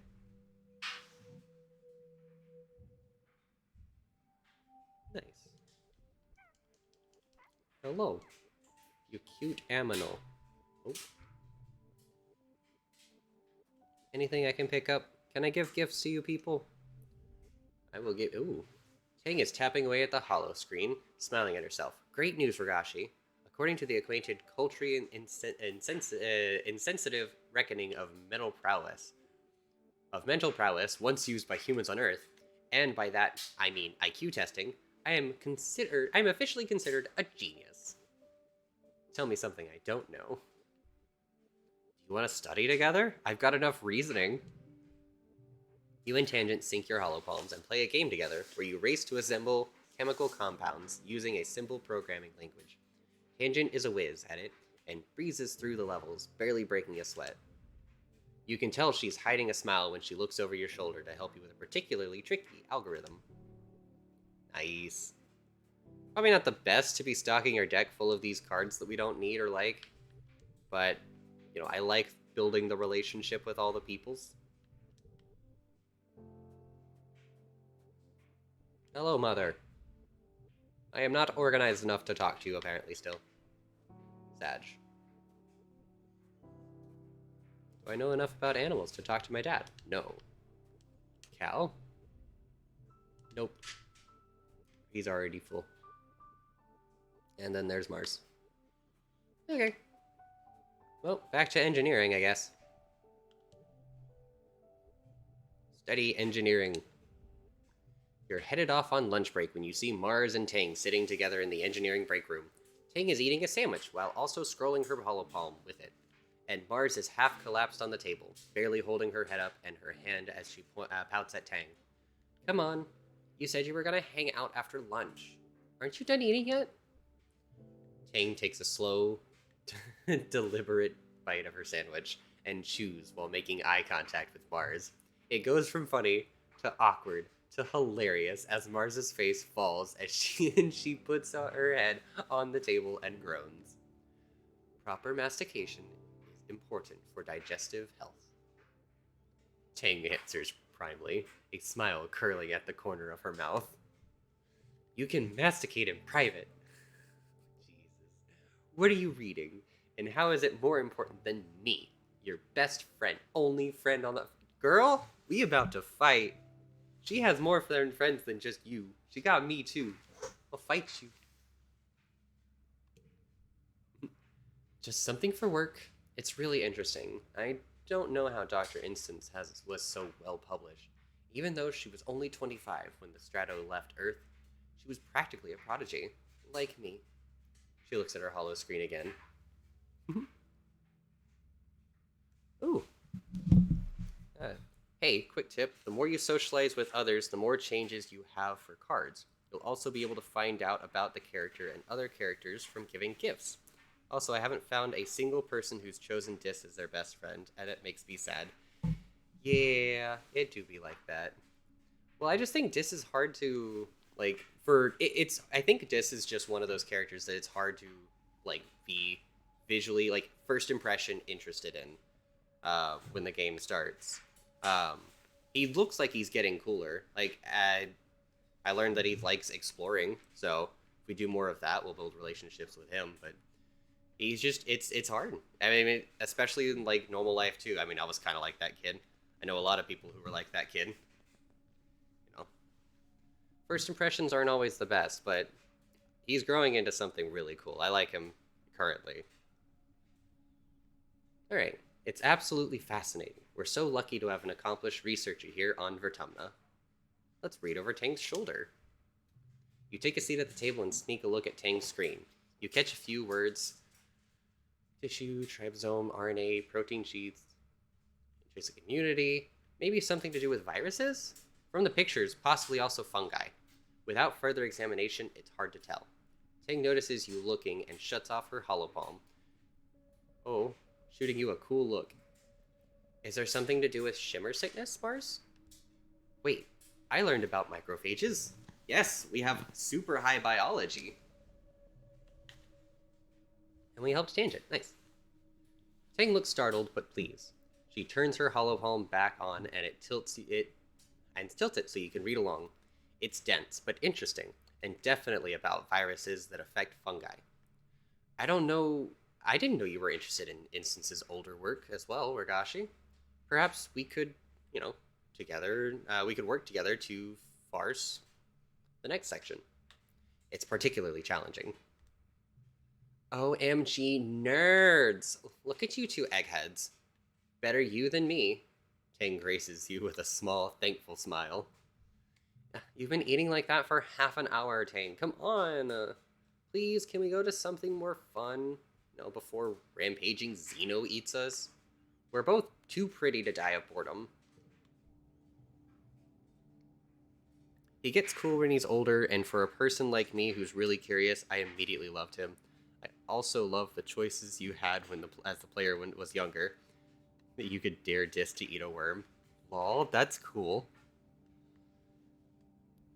I feel like if you're able to break that social barrier, I think one of the things that turned me off of Dis early on was just immediately trying to, ask about him, get to know him. The more you tried to get to know him, the worse your relationship got with him. And I was like, oh no, don't do this.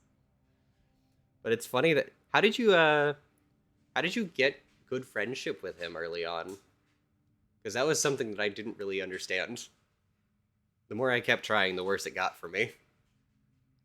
Tang smiles. You think I'm pretty, Mars? Mars sits her hand on top of Tang's. The prettiest. She swears she swears, her other hand over her heart. Even prettier than me. Well, I mean, I win in the looks department, but I don't think smart women get but I think smart women get extra points. Ting says, putting her hand on top of Mars's hand. She seems like she might be saying things just to get something out of her. I don't know.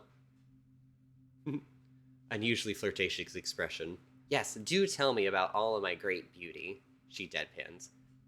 It's all I live for. Mars laughs and tosses her hair over her shoulder, and you tune them out in favor of eating your lunch before you're expected to back in engineering.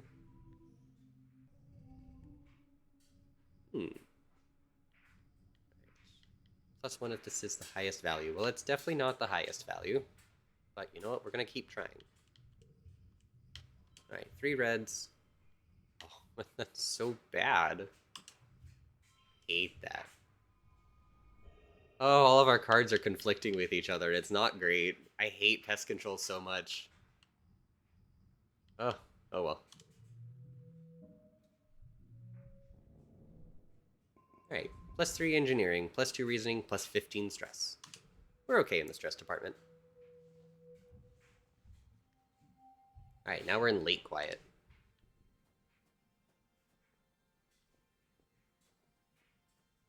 Okay. Hello, Dis. It is too soon to give you more plant. Sag. Can I give you plant?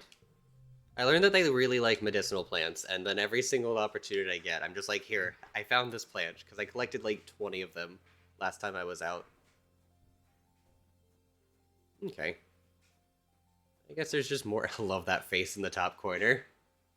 We're like half stressed, half okay, and it's just, ugh.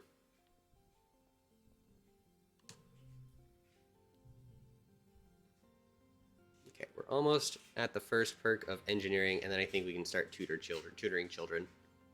Do I get engineering from tutoring? No, no, I do not. So much math, it's everywhere. Physics is math, computers run on math, electricity, mechanical engineering, chemistry, and anything to do with space. Math. Behind everything is some equation or other to calculate how to turn one thing into something else, or or to tell how efficient something is. They should have called this the whole branch of sciencing, matheneering. I like matheneering. And like all matheneering, we can brute force it with strength.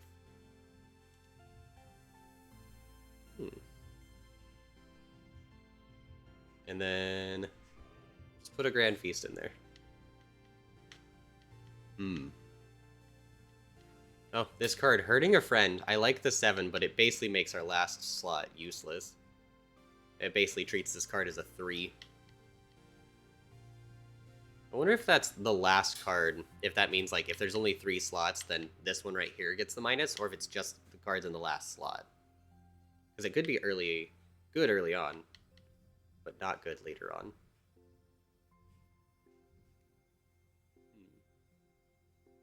+1 to a card and change its suit. We could get Super Goal. He's kind of shy, so I had to be more cautious when approaching him. It wouldn't be a good idea to be rough with him, or to really mention his sister. Understandable.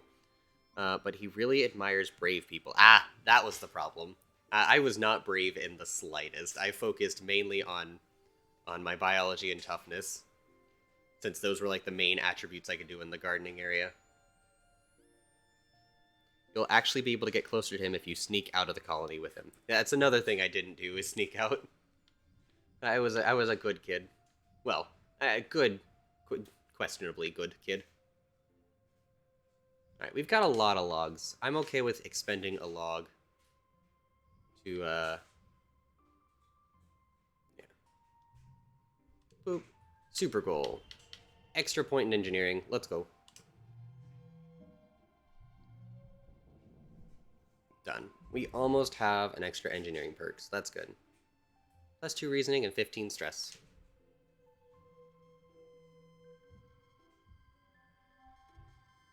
He's a cool kid, don't get me wrong. He didn't line up with the way I was playing the game, it looks like. Hey, we got that log back. And our father wants to talk to us. Hello, Tang. You spot Tangent leaning against the wall outside engineering. She's yawning, rubbing her eyes, and staring off into space. She startles as you walk up. Oh, Rakashi. I was just taking a short break. Yawns are infectious. Join in and yawn too. Tired? Yes, she says simply. I didn't sleep last night, nor the night before. I was working on a bonus assignment for biology class. You haven't slept in 2 days? More like 3. Girl, I feel that. I've noticed that most people focus on toughness more than bravery, but I feel the need to point out that being brave is kind of like being tough in its own right. I like to get those two to equal levels. It's true. It seems like that's something I should have done earlier on, because I missed like all 4 opportunities to like leave and go fight things during the colony invasions during Glow. just because my bravery was just never high enough. Um, if I could go back and change things, I would, and make bravery higher. But I think that's kind of like the beauty of this game, especially first impression wise. Like, you continue through, and these are your stats. These are how you have approached life. It's just your character.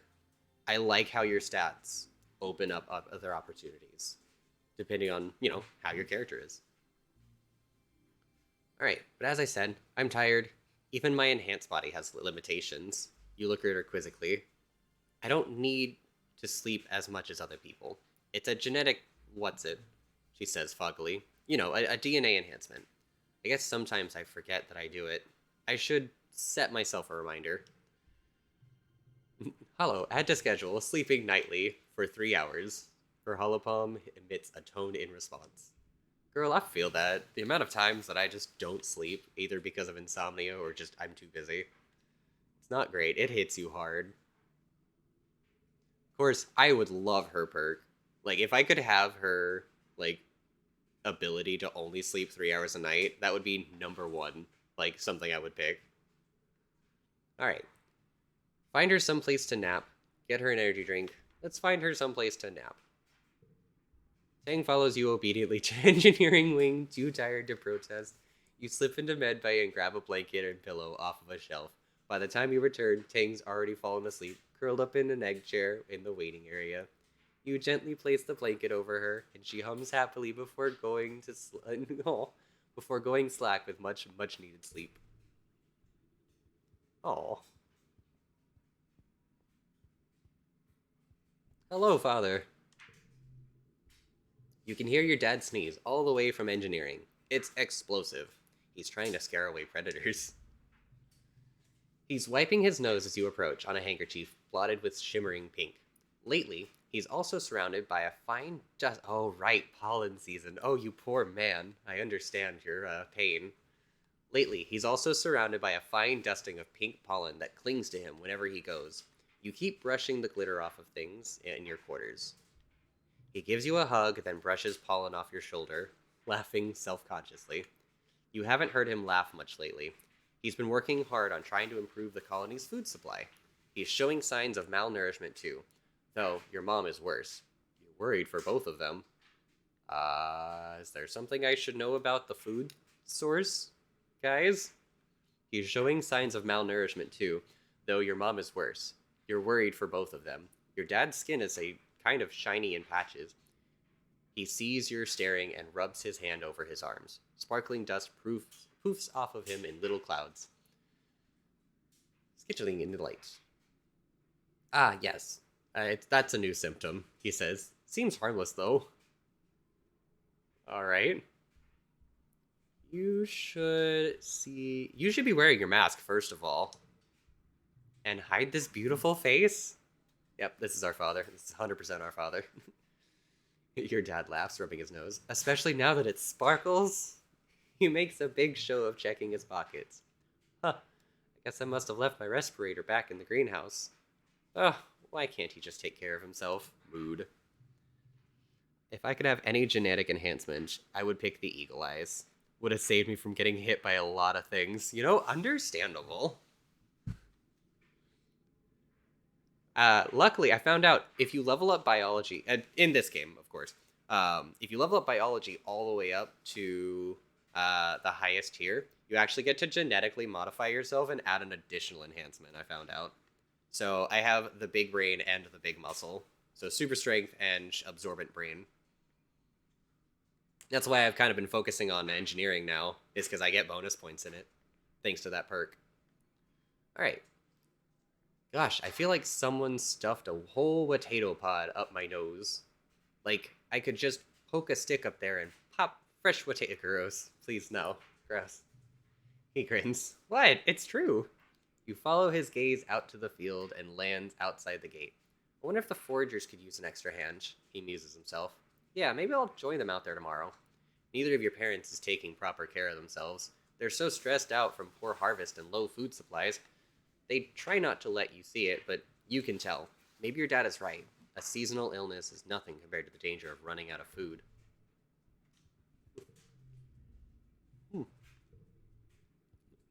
Is there something I should be knowing about the food? Yep, just explore nearby, survey the plains. Hmm. Oh, that's cool. So we're in the middle. Oh, I always thought we were like way down south. That makes more sense. Okay. See, I feel like there's things I need to be doing that the game's not like telling me. Like like, people keep saying things about the food supply, and I'm kind of worried.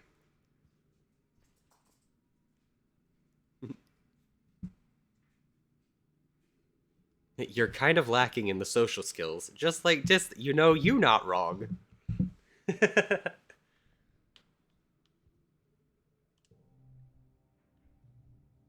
Yeah, we're lacking pretty heavy in the social skills. You should probably study humanities or something like that to get those higher. I do want my last engine. I want my engineering perk though. Urgh. Yeah, we'll do engineering. Tang flags you down in the hallway. Oh, Ragashi, do you have a moment? You go on expeditions sometimes, right? She asks. Not this year, but well, I'll probably go thinking about it. If I gotta go find food out there. At least far more than I do. Or would ever wish to.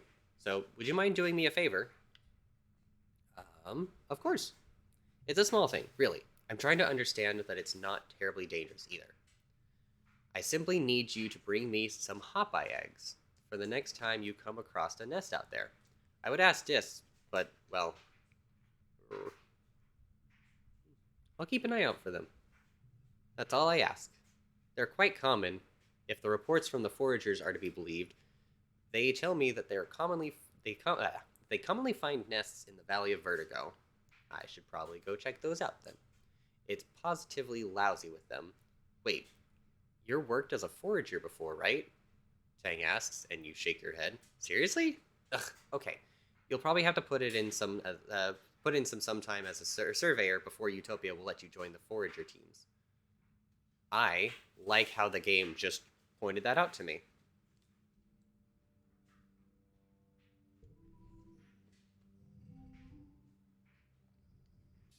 All right. Well, we're gonna go 6, 3. No, we'll go 3, 4, 5, and 4. Hmm. 3, 4, 5, 6 wasn't enough. 24, 25, 26, 27, 28. I just need 1. You know what? We'll do this. Boop. Super goal? Oh. Is that not super goal? Oh.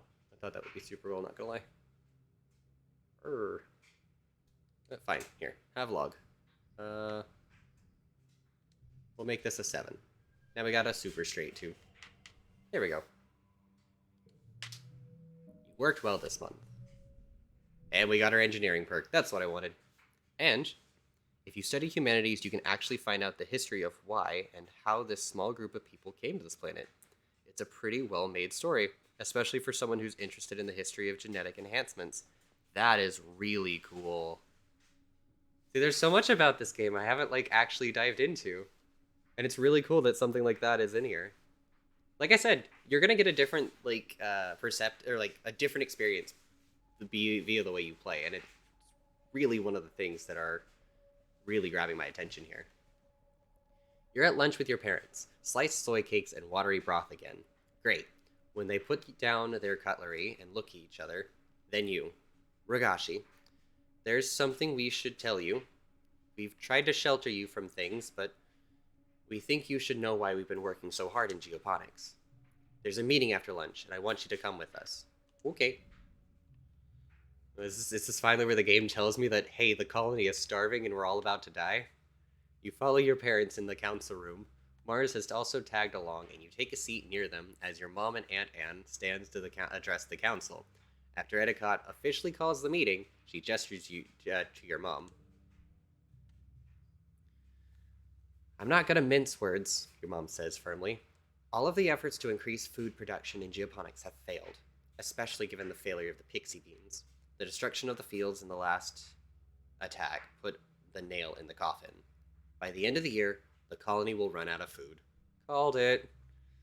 The rest of the council murmurs in concern. You and Mars exchange horrified looks. You've been doomsaying about our food supply for 2 years, Flulu. Do you mean to say that we're past the point of no return? Your mother nods grimly. I'm afraid so.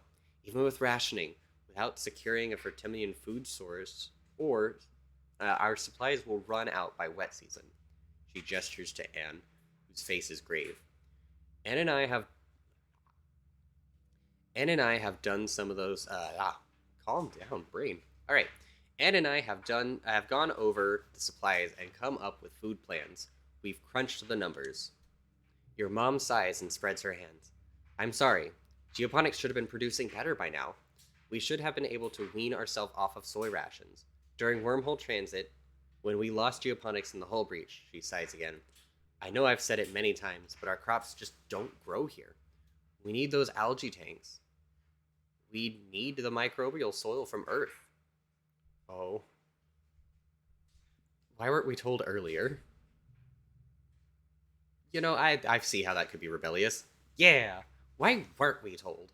We have a right to know. We live here too. She stands up and slams her hands on the table. We've been here for 4 years, and we could have been helping this whole time. All you did was have meetings about it. The council looks at Mars with surprise and then contempt. Edicott chuckles weakly. Imagine being carried for so long and being upset that your feet could not be cut by the rocks. She weaves one shaking hand. Seeing the future is a privilege of our youth. Thank goodness we have them to point out our flaws. Mars sits back down again, confused by Edicott's words, but fuming at her dismissive tone. So, what do we do now? Instance asks. Starving to death isn't an option. No, it's not, your mother replies. We need to secure a food source this year, before our rations run out. We're working double shifts in geoponics, but it's not enough. We need more people planting, tending, turning the soil. We need more hands. Unlocked. Ooh, yes. I can pull back the surveyors and focus on foraging native plants, Utopia offers. Even young folk can help, if they've proven themselves. Round the survey equipment. I'll send out a holo message later. Ooh. Gain status, starving. Edicott has been the burden of... This has been the burden of geoponics for too long, Etiquette says. It's time we all step up, for our future.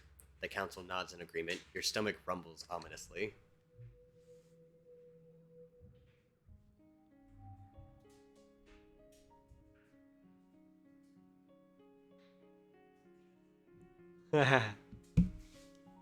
When I got to the point when they just looked at me, I thought, they know I'm gay for grown-up dis.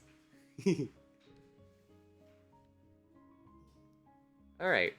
Extra card draw. Nice. That's helpful. Draw an extra card at the start of challenges. You know what? I am glad I got that engineering perk. That seems like it's going to be really helpful.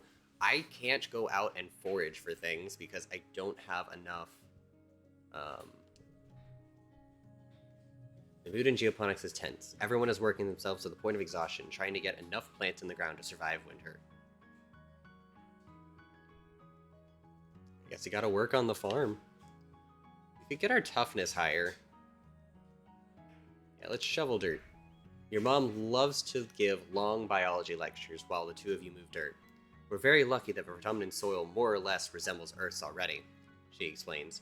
It has a few harmful salts and heavy metals that would be poisonous to people, like many planets in our solar system. And most life on Vertumna is carbon-based, just like on Earth, and the atmosphere contains about the same breathable mix of nitrogen and oxygen, which is why we chose it. She frowns and leans in her shovel, but the soil is more acidic, more dense, and contains less calcium and nitrogen. Not quite right. Tell me more about the dirt. Your mom smiles while she works. Well, you know we're mostly made of carbon, and we mostly breathe oxygen, but nitrogen, usually in the form of an ammonia or nitrate, is another basic building block of our cells. It's in our DNA, RNA, and amino acids. She gestures at the sky. Vertumnal's plants can absorb nitrogen from the air, but Earth plants and humans, I got something. I think that was a follow. I appreciate the follow. That is really helpful to me, and I'm so glad that you find this, enjoyable enough to give that follow. But earth plants and humans can't. Yeah. Vertumnal plants can absorb nitrogen from the air, but earth plants and humans can't. It needs to be fixed into the soil. That's usually done with bacteria called diazotrophs, which take atmospheric nitrogen and turn it into ammonia, which earth plants can absorb through their roots. The soil in Vertumna has plenty of phosphorus and potassium, but less nitrogen. We don't know why there are, but these diazotrophs. We don't know why. Where are the diazotrophs? Why isn't nitrogen left behind in decaying plants like it is on Earth? If you keep studying, maybe you can figure out someday. This is fascinating. Your mom hums. Vertumnan soil also has a high acidity, she explains. Its pH is around 3 or 4, making plants' roots less efficient at absorbing nutrients. For example, corn and rice need a pH of 6. Even acidic tolerant blueberries need a pH of at least 4.5. We went through a lot of calcium carbonate when we were setting up the gardens, mostly from limestone. Limestone on Earth is made of coral or shellfish, but we haven't found any here yet. She wipes her brow. We have to use calcium oxide from the wood ash. It helps bring the pH up a little, making the soil more alkaline. Yes, more. I love dirt.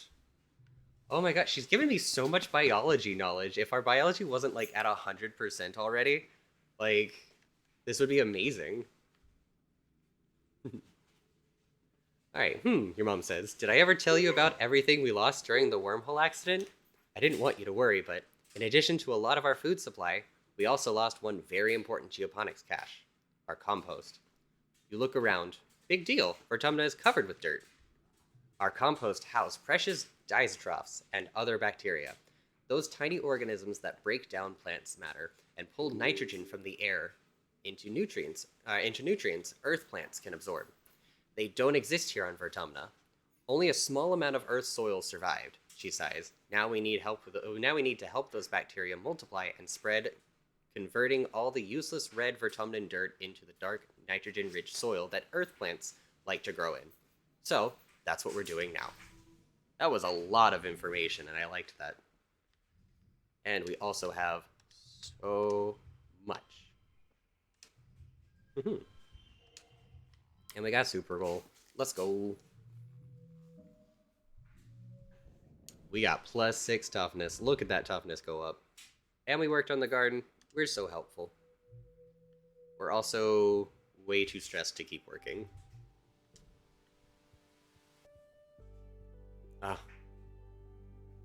I think I like this song the most out of the entire soundtrack, especially the way it starts. Alright, we're gonna relax in the park. Alright. You visit Cal and Socks before your work shift one morning, just to check up on them. As you expected, Cal has Socks out for her twice daily playtime. Hey Rigashi, he says, waving. Look at what I taught Socks to do. At his gesture, Socks stands up on her hind legs and wiggles her upper body at you, like she's waving too. It's impressive. Who's that smart girl? You are. Next, Cal gestures in a circle and Socks curls up in a ball. Then, he raises both hands in the air like a scary monster. And Socks rears up and chitters menacingly. Cal says, pew pew, and Socks rolls over and sticks all of her feet in the air. You count at least 14 legs. What happens when she outgrows her box? Socks clambers up Cal's arm, almost toppling him over with her weight, and curls up across his shoulders like a scarf. She looks seriously heavy. Well, people hardly use this barn anymore, Cal says, adjusting her weight. So just storage. Maybe she can live in the rafters? You're pretty sure your mom comes in here often, as head of geoponics, but you hold your tongue. Socks hasn't been discovered yet. It's had this thing for 3 years? Maybe she's really good at hiding. How do you find food for her? It's really hard. She eats so much right now. Tons of leaves and grasses, and those rocks, of course. I think she swallows them all together and chews it up in her guts like a float cow. Her teeth look like they go all the way down her throat. I don't know if I can keep hiding how much food she eats, though. Is she gonna get lonely? I think so. She used to sleep all the time, but now she needs to run around and climb a lot more. I still come here every morning and evening to let her out, he says defensively. And she goes back into her box right away when I tell her. She's a good dilly pillar. I promise. She knows she's not supposed to go outside without me. He pets her snout. I think maybe she's just not a baby anymore, you know? See you later. Oh, thank God we can get rid of set neighbors to this value. Absolutely, we're going to forget that. That one's a terrible card.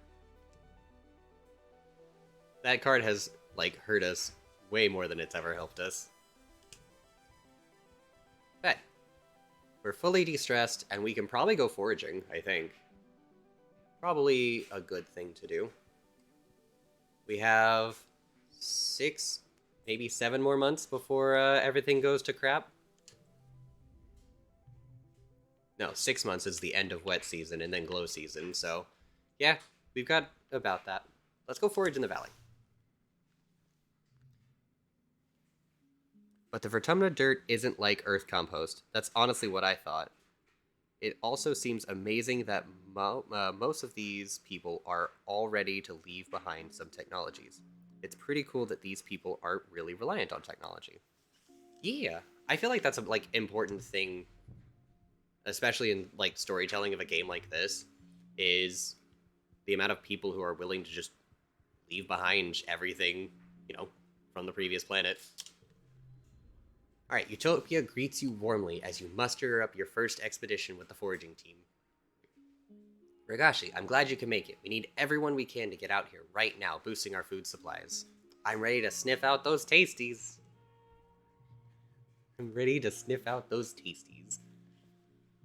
Alright, our combat's not high, our perception definitely needs to go up, and our animals are almost at the next perk, so that's good. Good luck hunting out there, she says, handing you an oversized backpack. More like a basket than a pack. Use your holopalm to identify edible and medicinal plants, and just throw them in here. I'll sort them back at base camp. Oh, and keep on a lookout for creatures. It's pretty peaceful out there in the valley, but even a little bug will get you if you're not careful. Go slow, pay attention to your surroundings. If you're unsure about something, don't approach it. Stay on the path and don't get lost. We don't call it the Valley of Vertigo for nothing. Any questions?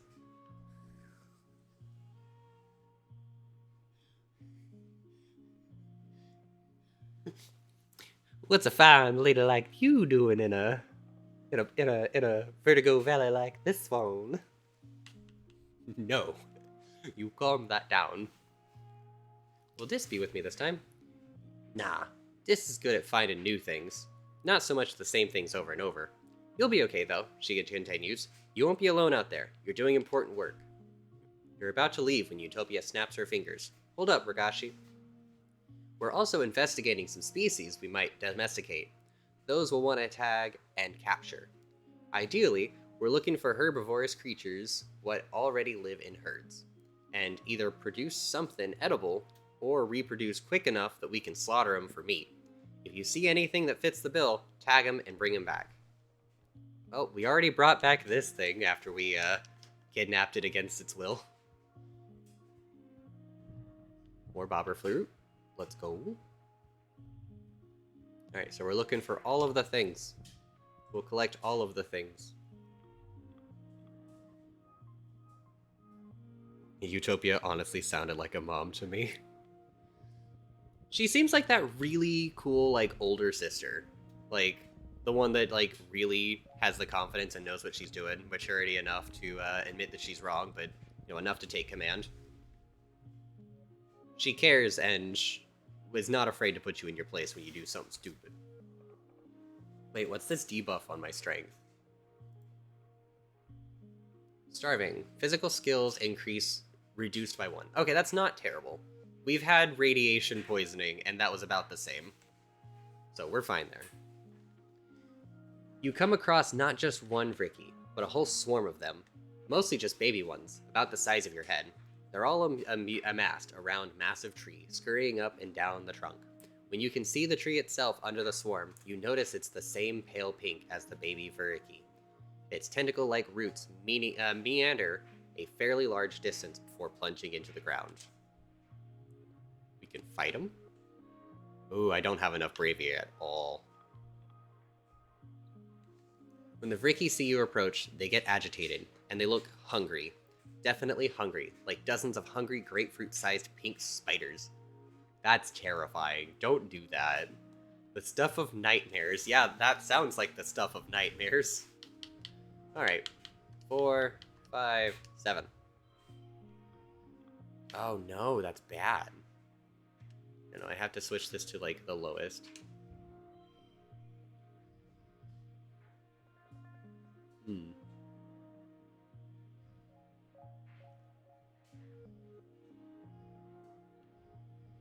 Alright, we can do that. 3 5s is good. Like I said, my cards are kind of screwing me over now. I've kind of diversified too hard.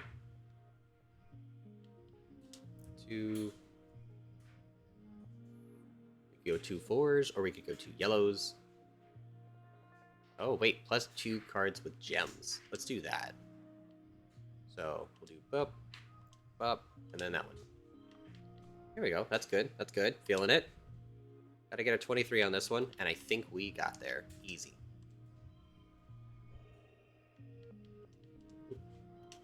And super goal? Question mark? Yes, super goal. Our combat goes up by 2. Super goal and super strength perk. Let's go. Well, that wasn't so hard. You smack a couple of them in the ground, and the rest scuttle up and pause to hide there. You puff up your chest bravely and walk out. Hey, we got our bravery up. We kicked a poor innocent. Actually, no, they're spiders. There's nothing innocent or poor about spiders. As you can see or tell, I am not a fan of spiders. You decide to take a shortcut through the jungle to a path you were sure was just up ahead. And now you're lost. Everything looks the same here. The plants are too high to see any landmarks, and you swear some of them move around when you aren't looking. You try to check your... Oh no, I don't have perception high enough. You try to check your position with your hollow palm, but the damn thing isn't working. It won't connect to the long-range communicators either. Typical. Utopia didn't warn you that the comms were flaky out here. You think you can tell north from the position of the suns. But that's it. It's gonna start walking. The pollen is so thick out here, you have to stop, unclog your face mask. Still no sign of a path, though. We can't go south, so let's go north. The ground is marshy here. It's hard to tell from the thick coating of pollen and everything, but you step forward, you sink your ankles into wet pink muck. Go west? You ramble into a web of something. It's not big enough to trap you, but judging from the number of bug carcasses you pull out of your hair, it worked pretty well before you destroyed it. Let's go more north. You think you can see the path through the trees, but it's only a small brook. You followed a while, but it just disappears between roots of trees. Go west. Oh. Well, we've gone as much west and as possible. Everything looks the same here. Pink, shimmering, beauty, and utterly unremarkable. Go south. It's impossible. Every mush tree looks the same. You tie your scarf around one, hoping it'll give you at least one landmark. Go west. We're just going to keep going west. You follow what looks like an animal path here, hoping it'll eventually cross the ones made by the expeditions. It does not. Go east? More east. Oh, more east? South. East. Aha! We did it! A dead end, but it's a lovely dead end. Getting lost in the fog. A magical, beautiful dead end. A shaft of sunlight finds its way through the fog and makes the entire clearing glow. Sometimes getting lost can be worthwhile, but you don't know where you're going, and you don't know where you are. Oh, we didn't do it. We're still lost, but we got a perception and less stress. Go west. Go north. Go south. West. North. East. South. No more. Oh goodness. We're just randomly going in a direction at this point. East.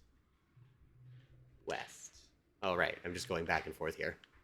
Oh, goodness. I am not a fan of moving plants that are secretly carnivorous, honestly. Hey, I'm terribly lost here.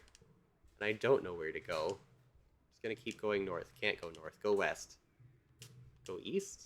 Oh, wait, right. I just literally went the same way. Go south. Go east. Go east?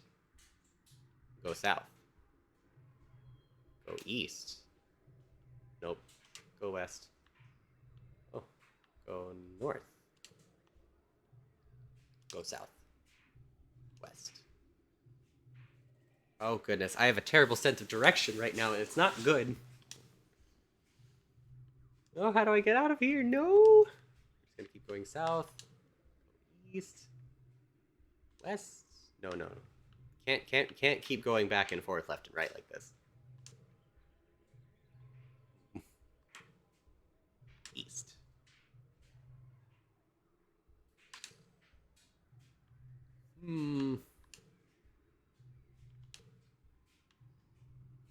I can still go north from here. West. Nope, can't go north or west again. How do I get out of here?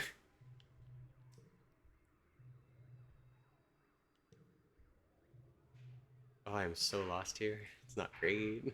I'm glad it's not taking up any of my time or adding to my stress.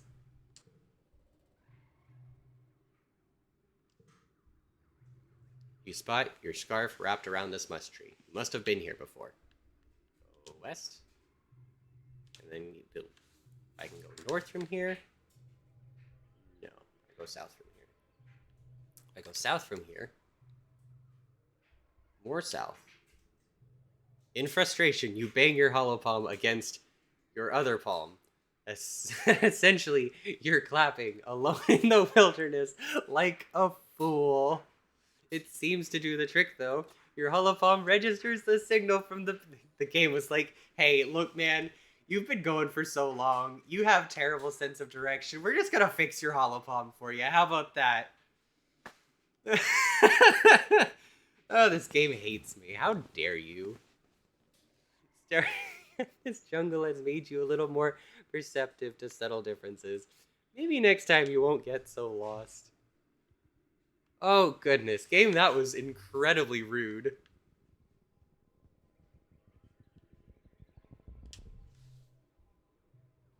Oh. You come across a veritable feast of berry bushes. Nice. Spiky, fierce-looking bushes with glistering red berries. They look delicious. It's a good thing I'm really good at biology. Alright, +2 bonus to pairs. Well, guess what? I got a pair right there, buddy. Heck yeah. And then we'll keep that one between rounds. Next round. You can go 4, 4, and then a 5. Or no, a 3 and a 3. Heck yeah. And then last round, we'll go, hey, we can set neighbors to this value. We'll go H, 4, 4. Make this a 4.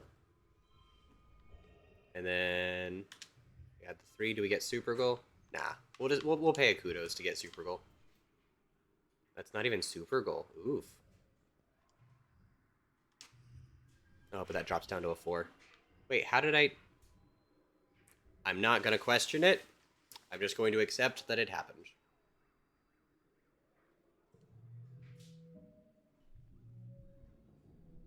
Aha, we got +2 to biology from super goal. Oh, lol. I didn't need the super goal. Your research confirms that those red berries are highly toxic. You shouldn't even be here. Let's ignore them and continue through. You cut a path through the bushes, mouth watering at what may be, be deadly poison. You'll guess you... What do you mean? I know that they weren't poisonous. I just... Okay. Wonder if I selected the wrong option there then. Oh well. Ooh. Let's observe it. A bristlebug is rooting around the underbrush. It's like a little porcupine with no legs. Well, it's a little relative. It comes up to your waist, and it must be at least 100 kilograms. Neat. I try to catch it. There's no way. Not at 100 kilograms. Plus, what is my animals? The animals is at 29. All right, you see a few of these up at Geoponic. They're easy to catch, and their spines and berries naturally fall off and are edible. A chewy, renewable source of food, kind of like jerky. Maybe you could catch this one. Let's just observe it. Yep, +1 animals. Miraculously, it doesn't even notice you're here. You watch it bumble around. It's so cute. It has no legs, just a scaled belly that it kind of flexes and undulates to get around. And unlike a slug, it isn't slimy at all. Actually, it's pretty darn adorable. Right. Hey, look, it's a cute little Hopeye. Mr. Hoptavius. You spot a Hopeye nest, just like Tangent asked you to find. Oh yeah, she did ask me to do that, didn't she? They're all 9 eggs, all packed up in what looks to be a delicate spun glass cocoon. You don't see the parents. Well, they're mine now. You break a little hole in the cocoon and pull out 3 of the eggs in your bag. They're a little gooey. You hope that you don't break it. Oh no. I don't want to kill... Jeez, game, no. Alright. You turn to leave, come to face with an adult Hopeye. Understandably, it's spittin' mad. It drums its powerful foot into the ground in warning, and 4 more pop out of the undergrowth and start hissing at you. You should have known these sociable creatures raise their young communally. Use animal psychology. It's a good thing we got that point in animals before we did this. Alright, you've learned from the Holopedia that the 2 different set of eyes on the Hopeye have different purposes. The large bulging eyes on top are hardwired for perceiving danger, but the small ones forward are more concerned with finding food. If you're not food and you're not danger, you'll throw yourself onto your belly and wriggle away while the Hopeye stares at you curiously. When you're a safe distance away, they return to poking at their violated nest in confusion. It's okay, little buddy. You didn't see anything.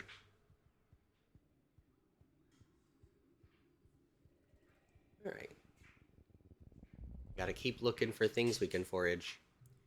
You hear a rustle in the bushes. You catch a glimpse of a shadowy figure. Could it be a person? Yes, follow it. Ooh, our perception is good enough for this one.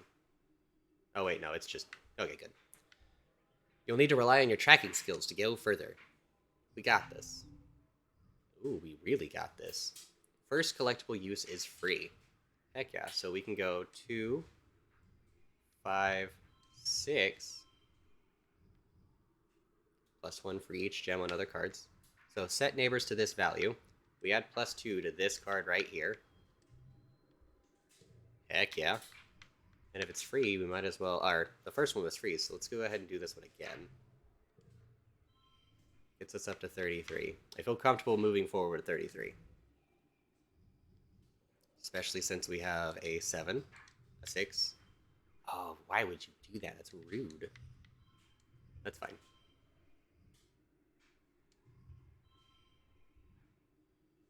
Right? And we just gotta get 7 here. Look, 7. And we have super gold. Let's go. Alright. Extra perception. You're looking for a person. So it's a surprise when you come face to face with a weird looking creature. It looks sort of like a person. A bit. More like a tree, really. Some relative of the bush bub, maybe? But more tentacles and slime. Like a tree, oozing with goopy sap with 2 legs. Yuck. It makes a sort of "oroo" noise at you as you back away. Neat. Ooh, yellow flower. Alright, is our stress bad? 15, 30. Yeah, we got 2 more of these question marks we can do before we gotta rest. Let's hope this rest gives me no stress. Sneak up and harvest honey. Heck yeah. You come across a curious sponge-like pockmarked with holes containing wriggly grubs and oozing a sweet-smelling syrup. Atop the hive is what appears to be a hive queen, looking like, oh wait, her swollen abdomen is the hive. She's rooted there, probably drawing nutrients from the soil like a plant while she tends to her larvae. Utopia mentioned these are as a squeeger hive.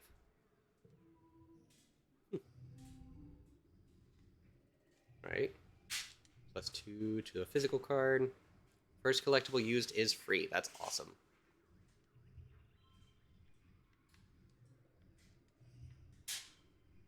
Oh, yeah. There we go. Now we don't sabotage anything in the future either. Alright, next round. +1 for each unplayed card. Probably should put that on there. 3, 3. Alright, that's 22. Show me physical cards. Let's go. Heck yes.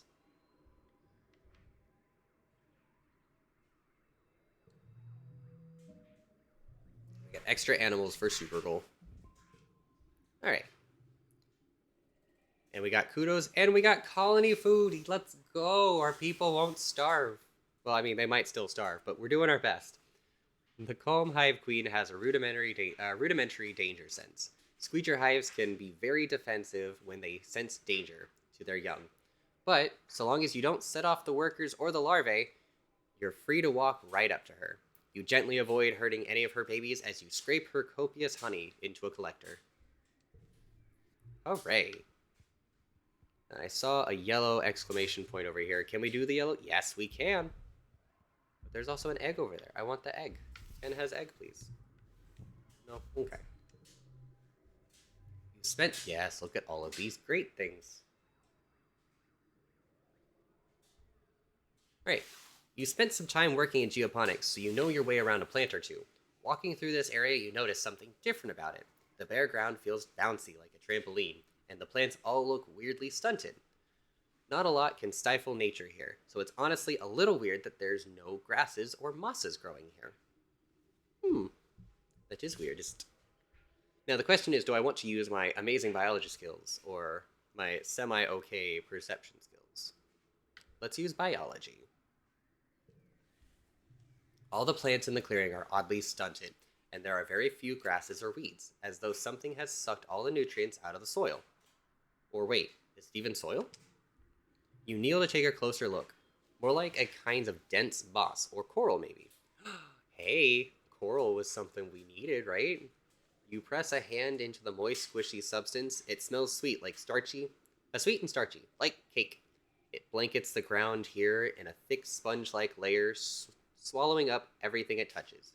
Gross, but it smells so good. You dig a large chunk of the sponge cake up to bring it back to geoponics. Further analysis needed, but you have a good feeling about this one. You're too worn out and tired to continue. You have to go home now. I'm thinking that we spend a month researching this thing in the xenobiology lab. Oh, I thought Vertumnilia was later. I'm not gonna lie. But I'm okay with this.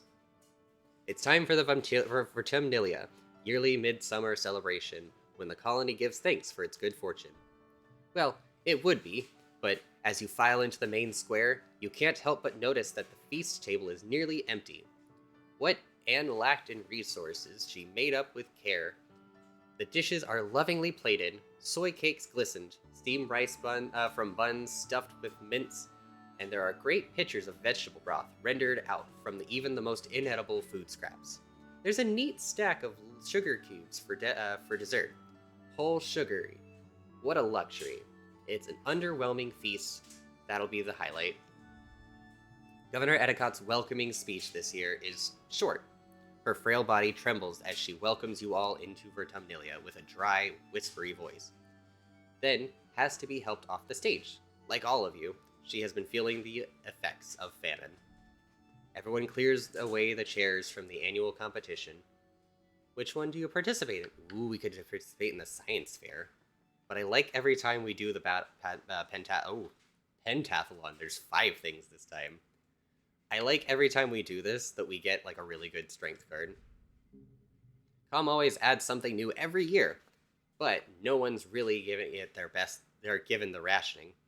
Running around sweating in the hot sun seems like a luxury nobody can afford, but even you energetic kids. The spectator waves fans listlessly as Com introduces that the addition this year will be thumb wrestling. It'll last 30 seconds against Com, or get a time penalty. Alright. An enemy's face falls. No fair. Com's the sideswipe thumb wrestling champion. He talks all about it.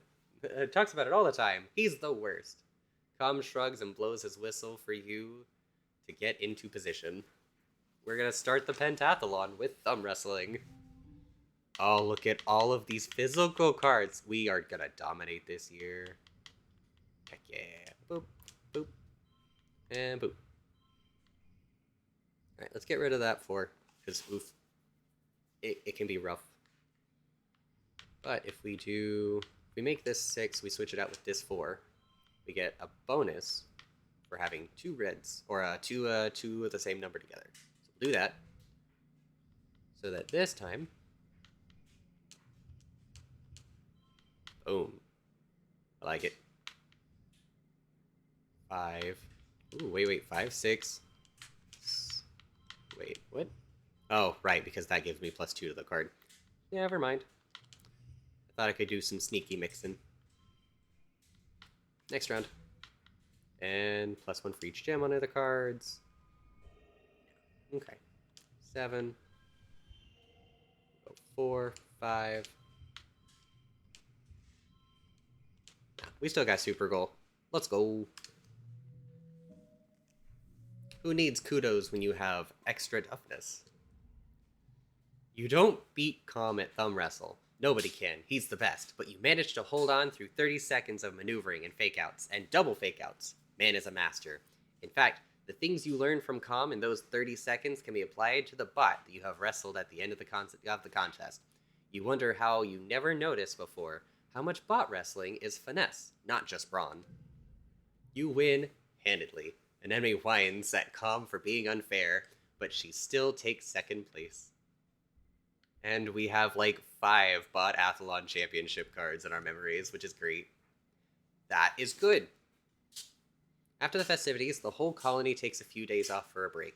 Well, except for Geoponics, and the foragers, and the kitchens, and anyone who's, uses the break from their usual work to help out in places they didn't close.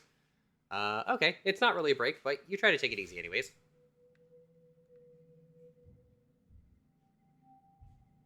Mid-dust. Alright, let's go play with the Zeobotany. You've been studying the sponge cake you found in the Valley of Vertigo, in that oddly squishy, trampoline-y ground. As you suspected, it's a type of fungus. The analysis bench tells you it contains edible starches, once dried and processed with a maturing agent. Acidic sparks snow would work nicely. It would make a wonderful flower. The challenge now is to cultivate it. It multiplies quickly, and you've seen how it stops anything else from growing near. Plant some hidden in a backfield. Ask permission from your mom. No, absolutely not, she says. Before you even open your mouth, get that out of here, before it contaminates the crops. We all know how the pixie bean experiment turned out, she says. I know you've studied this sponge cake, but I'm still not sure about it. But Ma. Have you seen my biology? My brain is so big, I know what to do. You show her your research. Your mom rubs her face. I know. You're a real chip off the old block, aren't you? You probably have its whole genome mapped already. Fine, let's find a place for it. Yay! I'm sorry that came out. I got really excited there for some reason. You plant the sponge cake in a special field, quarantined on the other... Oh, calm down. On the other side of Geoponics Dome from the rest of the crops by the end of the month. You can already tell that it's taken root and will start producing viable food soon. You should get your first harvest during pollen, when the sponge swells up to its sweetest. Well, we gotta wait till pollen? That's a whole year away, though. We got 5 colony food! Let's go! Nobody's starving on my watch. Many of the earth crops grow through dust and need to be harvested before wet. This means the colony has more food available year-round. It's going to be an incredible boon. Let's go. And just like all things, they can be brute forced with strength. Oh no. You get over there. Oh.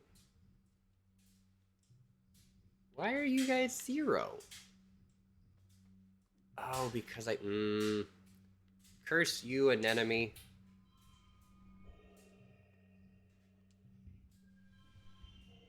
There we go. Or... I could just get 5 kudos from this. I don't really need the extra point in biology. Let's do that. Hooray for 5 monies. Yeah, we got extra organizing, which is good. And we got 40 kudos. You find Tangent in engineering, who set down the bag of squelchy goop Popeye eggs. Her eyes go wide. You found them, she exclaims. That's wonderful. I was beginning to think you forgot all about my request. She reaches for the egg, but stops. Wait, what is that sound? Are they? They are. They're a wet, crackling sound coming from the bag. You're about to witness the miracle of life, for Tumnan style. We're gonna analyze the process with our reasoning. You pull out the holopalm and prepare to take notes. Why miss the opportunity? You and Tang watch in wonder as the gel-like shell of the largest Popeye splits like a ripe melon in the sun, spilling out any tiny squirming pink baby and a small puddle of amniotic fluid. You watch the last 2 eggs intently, but through clear eggshells, you see that there isn't any movement inside at all. Not even a heartbeat. It's okay. We only need 1. The tiny Popeye is on its feet, foot, within minutes, taking cautious little hops on the sleek surface of the lab bench. Magnificent, Tangent says, keeping the palm-sized Popeye from falling off the table. I expected them to be helpless at birth, like kittens or birds, not already moving around like an undulate. Incredible. I can't wait to study it. It's all yours. Heck yes. We helped Tangent, and we got 5 loyalty. Perfect, Tang says. Let me get the specimen container for it. She leaves you with the tiny, clumsy thing, which chirps and blinks up at you unevenly with its 4 eyes. Well, whatever Tang and Dr. Instance are going to do with it, it's probably for the greater good of the colony. For the good of the colony. Alright, we got a few more months left, then I'm going to call it for the stream.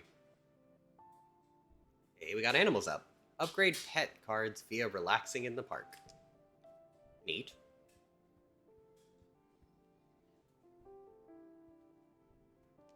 Okay. I have something for you. It's a medicinal plant. Like me. Hooray. Also, Dis. Where are you, Dis? Oh wait, their birthday is next month. I could wait, can't I? Oh no, their birthday isn't next month. I don't remember when their birthday is. Does this interest you? Medicinal plant. Yes! When is your birthday? Birthday is late wet. Okay. So we got 3 months and we can give them another one of those. Hello, do you like yellow flower?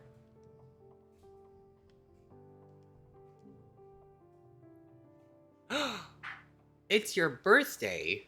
Cal accepts your gifts with a genuine smile. Thanks for remembering me on my birthday. Neat! I just gave you a flower because I thought you might like it. But it's cool that it's your birthday too. Shovel dirt, or we could use the rest of our stress. How many things can we do with this stress? 15, 30. We can do 3 things with the amount of stress we have. I am okay with this. Forage in the valley. Alright. We're gonna get all of the foods. We're gonna be the best darn forager out there.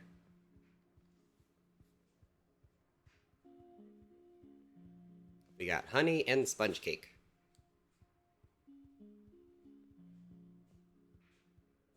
Normally I wouldn't go out knowing how low my stuff is. But... a hefty red Xeno egg. that keep going? Yeah, that path does keep going. Okay. A line of termite-like insects cross the path here. Curious, you follow them to their destination. A massive sponge-like hive of crawling bugs, writhing with life. The bugs are tending to larvae nests in the holes of the sponge, feeding on the rich royal jelly that oozes from the hive. Ooh, we can get some sap too? Let's go. You're a little afraid of her acid, but that royal jelly does look tasty. Bet. Boop, boop, and boop. Hmm.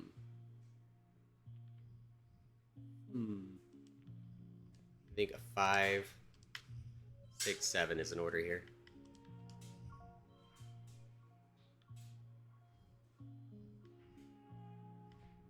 A good straight. Yep. Ooh, my. Ooh, calm. Our dryer is angry. That tells me it's about to be done. 6, 3, 3, 3.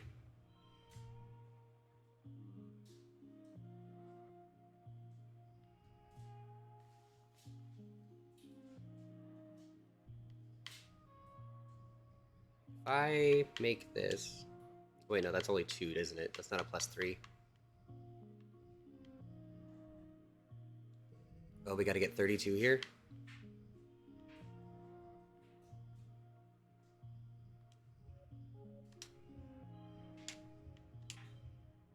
Done.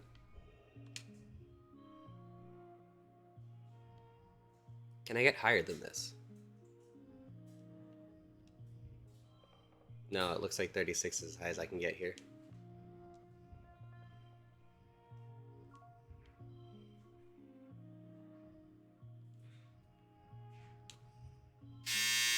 Ah!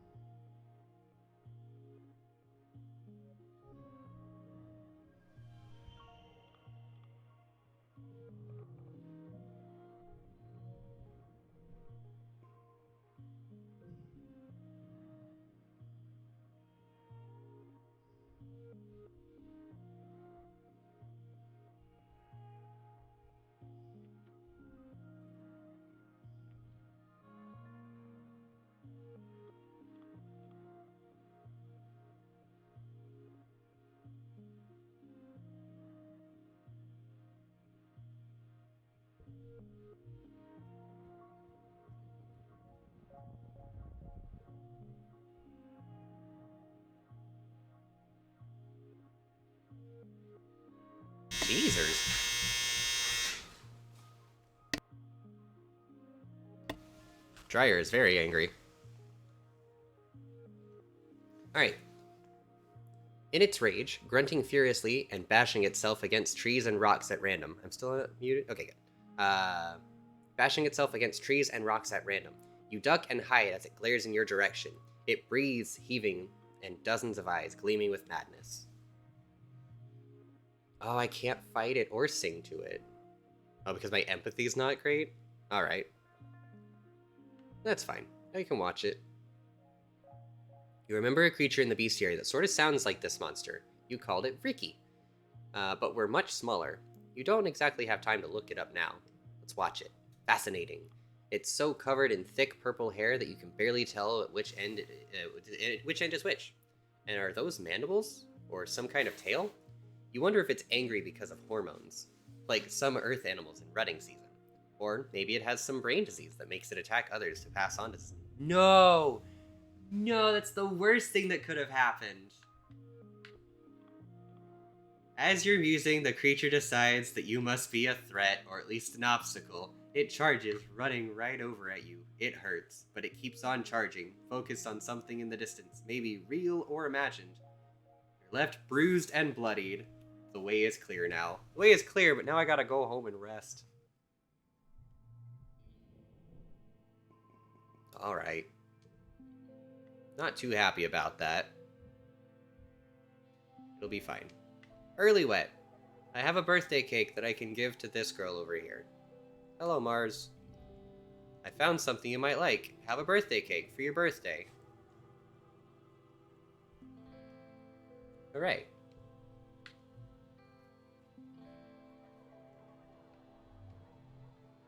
I do need some time off.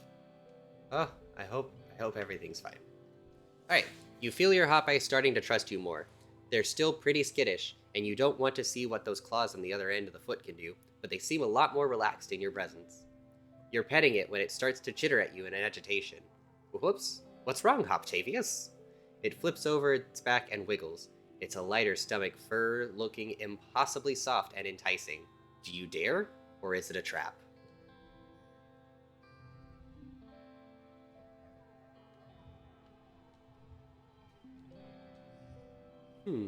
I will pet you. Cautiously, I will pet you. Lots of twos. Two, two, two, two. So many twos. Oh, first collectible use is free. So we can change this to a blue.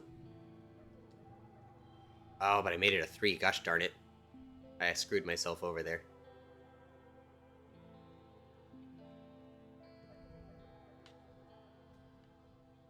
Alright. Ooh, for every other card. Boop. Boop. Nice, and we still got Super Goal.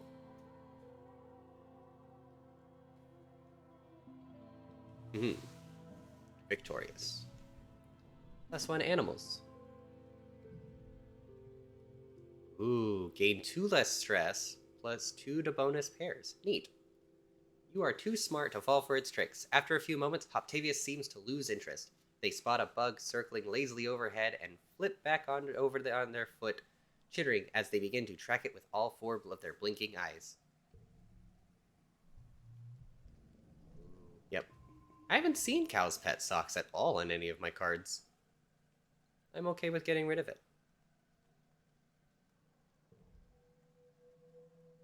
Sorry, Cal, I forgot about your pet socks. Alright, mid-wet.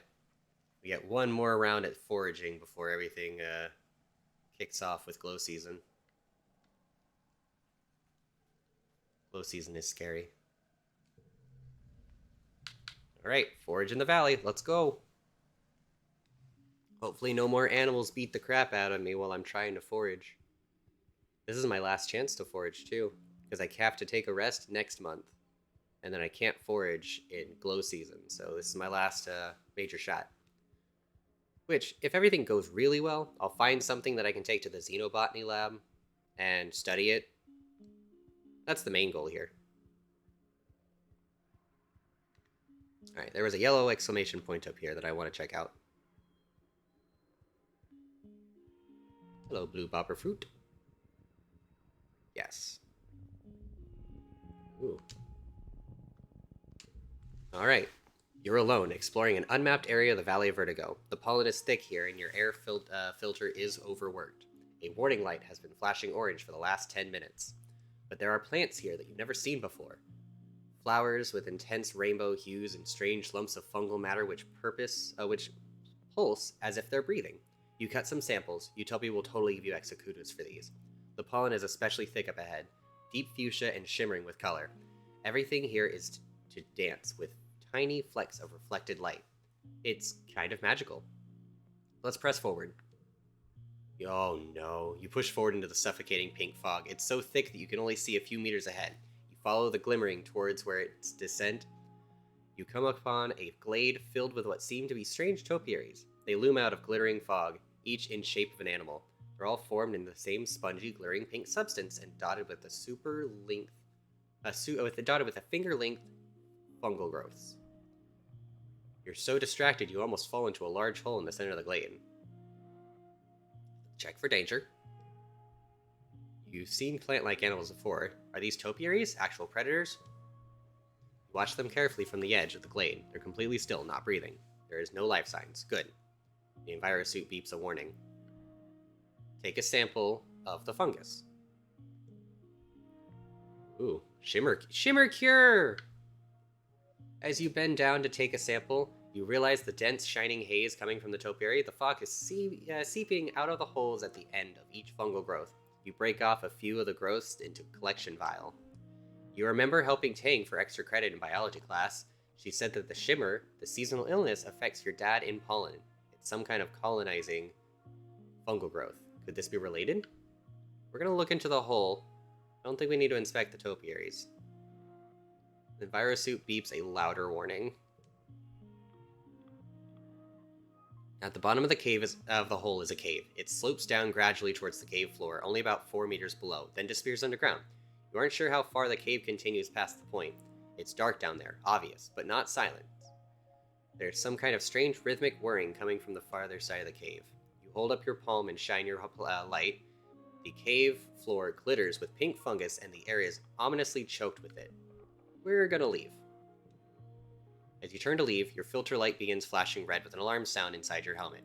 You realize with horror that you've been in the dense pollen for too long. You start sneezing as the sparkling dust seeps into your breathing mask. It feels like tiny knives in your sinuses and a heavy, choking pain in your lungs. Lurch backwards towards the checkpoint, barely able to breathe. Your helmet is so clogged that you don't think the air is getting in at all.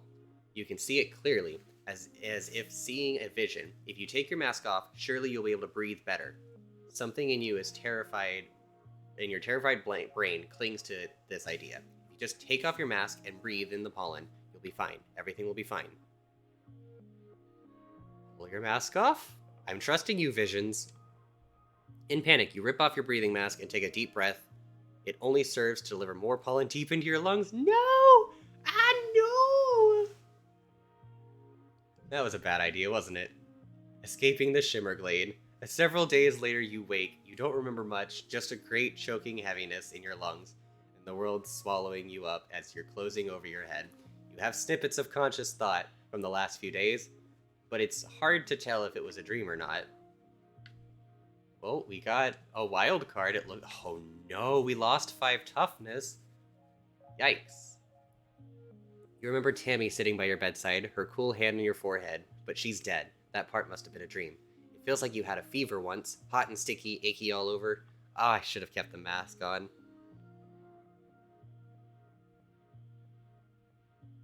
Oh. Couldn't hear you for a second. Yeah, I realized that I accidentally muted the mic when the dryer went off, because I wanted to make sure that you guys didn't hear a loud beep burring, but I didn't turn it back on. As humans, we learned that anything that glows is scary. I could, accurate. I can believe that. Alright, you live, but your body took a serious hit and may never quite be the same. Yeah.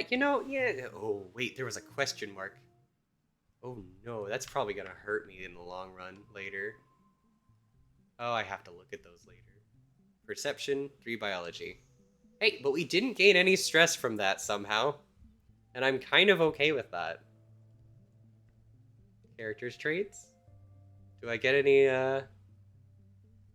Something happened to my character and I don't know what, and I'm kind of scared about it.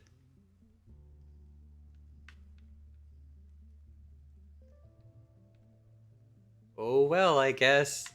Guess we're gonna die. I'm gonna die to something, I bet. Oh, that's gonna be bad. Alright, you know what? We didn't get any stress. I'm kind of okay with that. We're gonna go... No, I can't forage in the valley? I'm injured and should... That's not okay. Darn it. That's what it was. What was this? Injured. Darn it. Oh, that's so bad, though. That means I can't work either, can I? No, I can work. Okay. I just can't go out. Should work on the farm.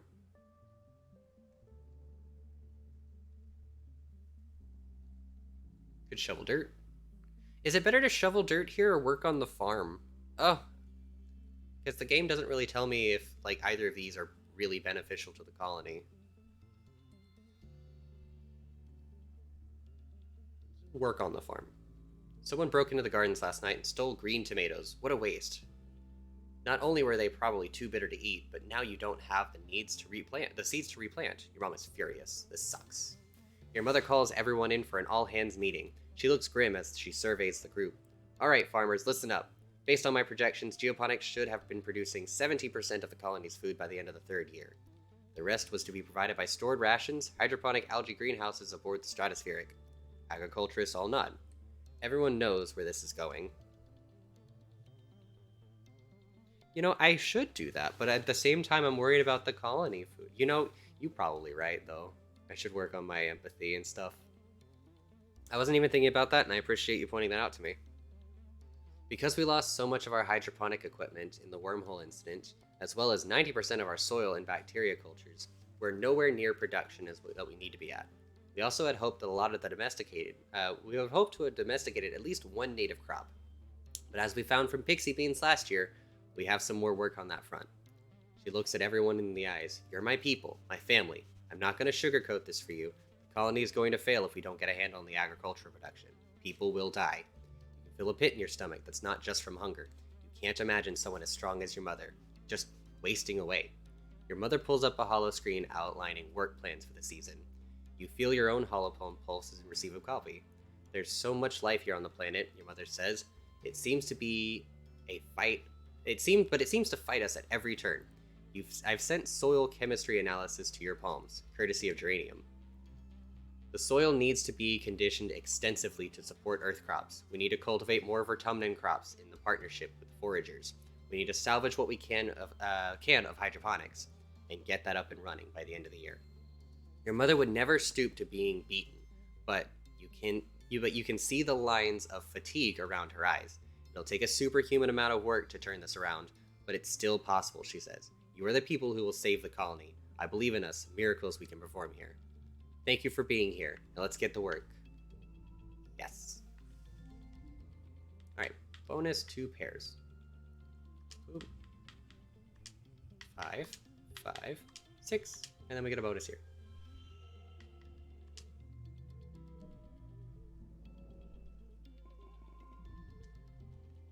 Alright, it's been 3 seasons of heavy food rationing, getting more and more strict as the year dragged on and the fields continue to struggle. You've been wasting away. You all have. It's not just the lack of calories. There just aren't enough vitamins and good stuff that you're eating. Oof. It's okay, we needed to rest anyways. Your muscles ache all the time. Sometimes you feel strangely euphoric, filled with inexplicable energy. But often it feels like your weight's tied to your shoulders, pulling you down. You're tougher than most, but you still have trouble sleeping, despite being tired all the time. You spend the whole day in a dazed fog. It's hard to tell dreams from reality. At least you don't feel hunger now. For months, the idea of food plagued your thoughts, each one like a dagger in your stomach. They've been replaced by an odd sense of peace. Now you feel half tethered into this reality, floating above everything, like a balloon. Your friends stop working and retreat to their quarters. You lie to each other on the HoloNet, all saying that you're doing okay, just taking it easy, waiting for the harvest. Well, the harvest came and went, as meager as ever. Your mother still hasn't given up and never rests, never stops working, but as much as your dad begs her to, she must be sleeping in geoponics because you hardly see her in the family quarters anymore. We should help our mom in geoponics. From where you lie nestled in your bed in the cozy fugue, it all seems far, far too much effort to bother with. Alright, you're out there in the fields with her, being the sidekick and helping fetch things. She never slows down. When the roboplow finally breaks under pressure, she doesn't. She's out there even... Ooh, girl, you need to calm. We should be good. I found the sponge cake. We're gonna be fine. Both your parents feel responsible for this famine, but as head of geoponics, your mom takes it personally. She's been skipping meals, relying on... No, girl, that's not good. Just enough calories to keep a body moving, but not enough to stay healthy. She never lets up working herself to the bone, barely even sleeping, increasingly sallow-eyed and gaunt. Increasingly sallow-eyed and gaunt. You and your mom try to slow her down, but when she's a stubborn woman, if not her, she says, then who? You and your dad are in the lounge, slowly sipping vegetable broth, when there's a commotion at the doors. Someone runs in, gasping for breath, yelling for you and your father to come to geoponics. You run over, knowing deep in the pit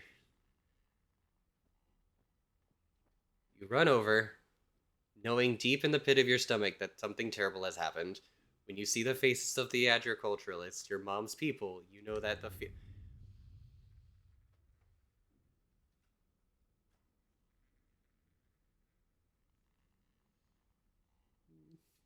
Your dad sees her body first. He lets out a cry like something you've never heard before. A deep, unimaginable pain, dragged up from the darkest parts of where fear lived. No. Girl, I told you! Your dad falls to his knees beside the frail body of your mother. He pulls her into his arms and sobs, wretched and agonized. No! Girl, why you put yourself? I told you I found sponge cake. You even know that what you don't even know what to think. Your mom always seemed larger than her body, but seeing her now, there's nothing here. Just a fragile shell. They tell you she didn't even cry out. She just went to her knees, then laid down in the dirt, and then. No?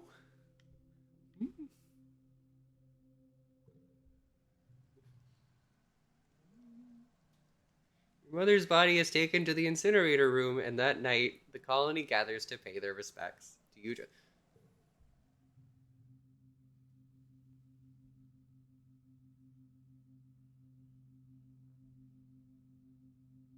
Don't be a doormat.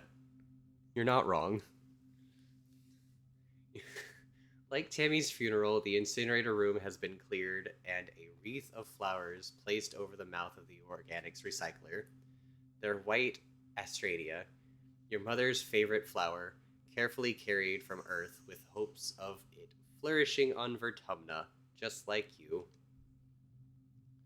You stand with your father and Aunt Anne, Etiquette, and the rest of the council are here as well, including Rhett. You're supposed to see tears rolling down his face. You're surprised to see tears rolling down his face. He's such a hard ass in the garrison. Cal is here with the other agriculturalists. The rest of the colony waits in the canteen to offer their condolences after the service. Governor Etiquette gives the eulogy. As a colony, we share our blessings, she begins solemnly. However, today, in sad company, we gather to share the burden of our grief.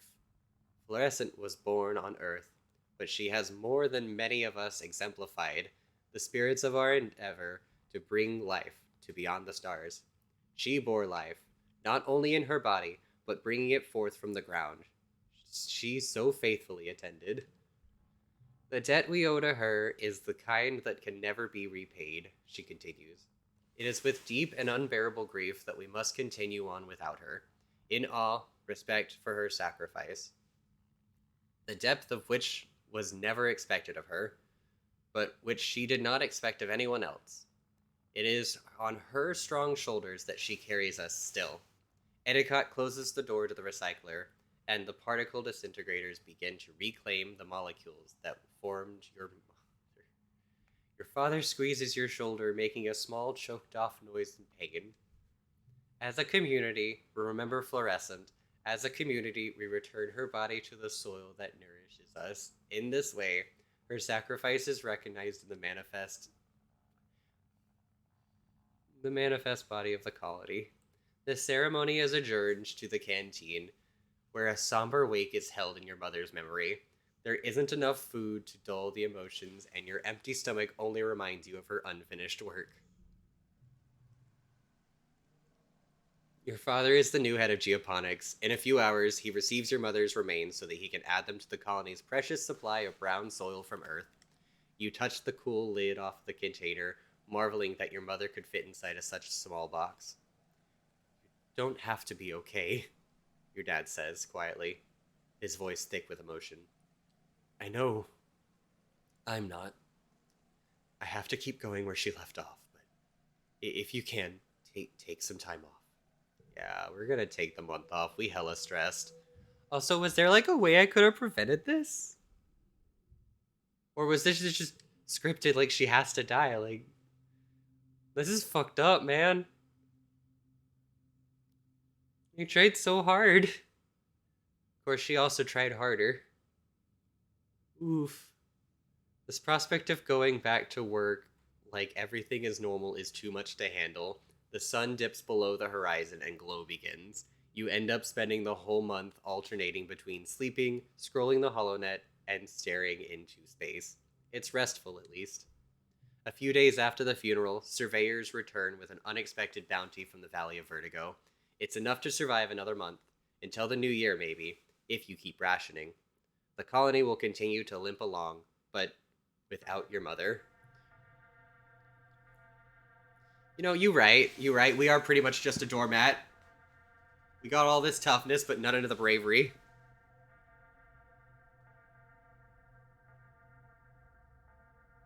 Okay, your first playthrough, the original deaths are going to happen, but as you more playthroughs, you'll find out, or, okay.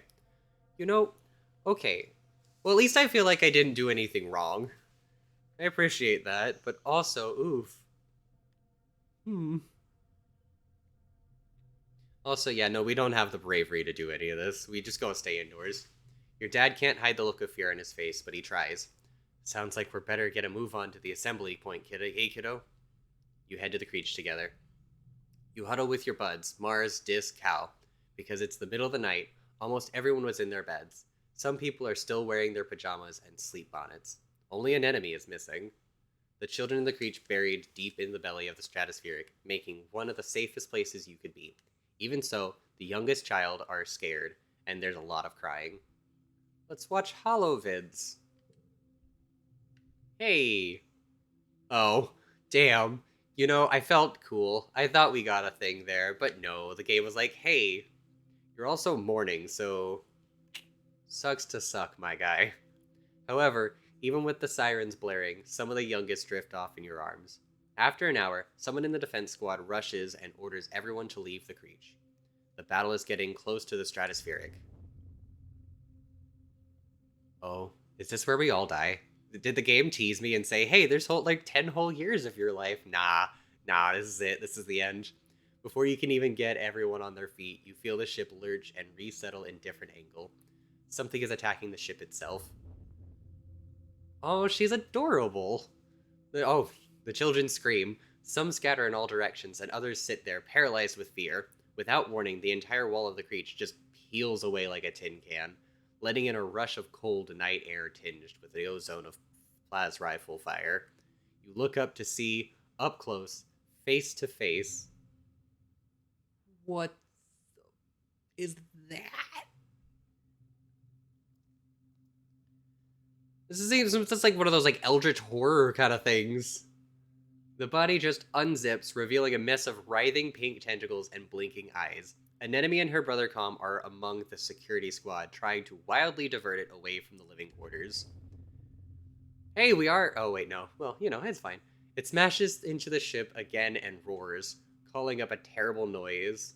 Fight your fear and save that. We have to save the children. We must save the children. Think of the children.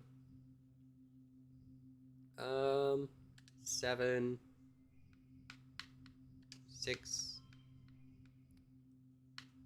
3. Oh, goodness.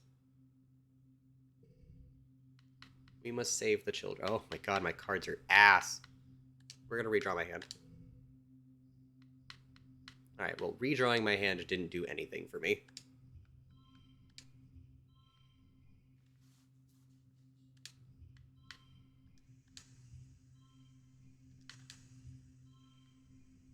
Okay. Extra strength, let's go. Radioactive plant. Okay, we're good. We're good.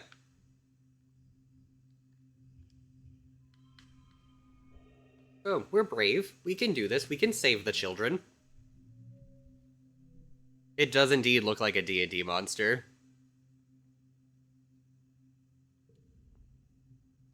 It takes a tremendous effort to keep your head. Your calm helps the children, who finally listen to you and flee the creech.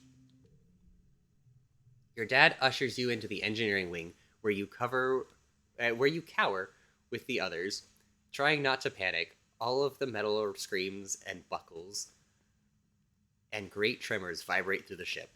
Finally, after what seems like hours, the noises stop and congruence sounds all clear. Your dad checks the council bulletins on his palm. Oh no. No, he moans quietly. The council calls. Oh no. Hey, you know what? At least it's a strength card. The council calls an all-colony meeting to face the aftermath of the attack. In the oppressive gloom of glow, You gather near engineering with the other survivors. It's one of the few buildings still standing. The corpse of the faceless still sit. The corpse of the faceless. If anything sounds like a horror novel, it's that right there. In the wreckage of the stratospheric, spilling its flaccid pink tentacles from its horrible zipper-toothed maw. It's already beginning to stink. You can't forget what you saw. Your mind keeps replaying that terrible moment, the faceless rearing up and obscuring the sky, an enemy and her brother looking so small before it. Governor Edicott was killed in... Oh no! Governor Edicott was killed by the smaller creatures that swarmed command during the attack. In her absence, Seek addressed the colony. The colony acknowledges the bravery of the defense squad, citing their heroism in finally taking down the Faceless. If it had only gotten away from them and stamped right into the stratospheric. Oh, if only it hadn't gotten away. At least they stopped it before it got into engineering, as it would have activated the reactor and left a crater size of an asteroid impact. Well, it's a good thing we didn't let it get to the nuclear reactor. Very, very good. Geoponics is gone, the greenhouse destroyed, and fields trampled. After a year of suffering, starving, and barely scraping by, you're not just back where you started. It's even worse. Everything your mom sacrificed herself for, gone in one night. The entire front half of the stratospheric had been destroyed. The living quarters, the canteen, the garrison, the lounge, even the creech, it's all gone. It's only by some stroke of luck that people hiding in the creech weren't all killed. And my bravery for making sure the children got out safely.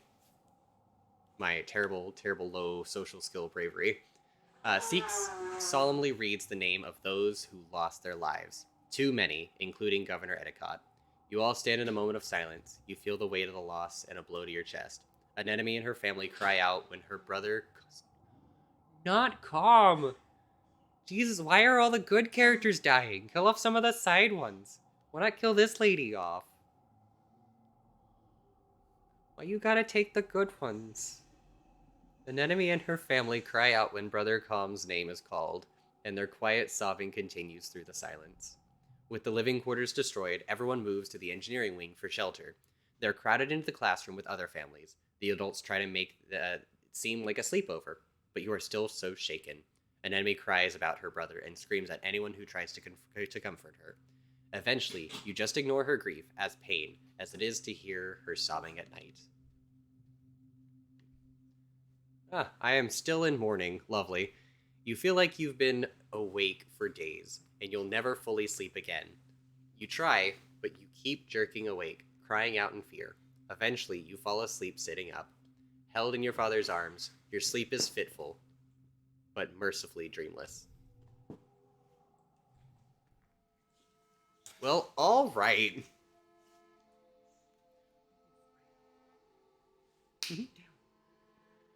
That has been an incredibly traumatic... Also protect the kids, our literal future. You right. That has been a very traumatic year. From colony starvation to finding sponge cake, but it not being good enough to save our mother working herself to the bone, and also a giant eldritch being from who knows, called the Faceless One, come tearing in and destroying all of the colony. Well, that's going to be it for this time. I look forward to seeing how this game progresses. Today is Thursday, right? So I will be coming back tomorrow, same time, 2 o'clock. Trauma! And I will be taking your advice. And I will absolutely be leveling up my social skills, because you are right, they are absolute garbo. And I'm running into many problems if I can't actually do the cool challenges because of them. So that's going to be my main focus when I come back tomorrow. It's going to be a good year of rebuilding the colony and getting my bravery and empathy up, and other skills. So thank you so much for watching. I also appreciate all of the follows. It's super helpful, especially as I push towards my goal of hitting 50 by the end of the month. It's a doable goal, but just in case, we are going to push it, a little bit further. We're going to keep going, and once we hit 50, it's going to be a great old celebration. I'm going to be happy about it. So, thank you for tuning in, And, yeah, I appreciate it. As I connect my phone properly so that I can properly end the stream. Because everything is set up through there. There we go. Alright, bye! I said bye. Alright, well that's not working. So what we're gonna do, we're gonna manually do this. I didn't want you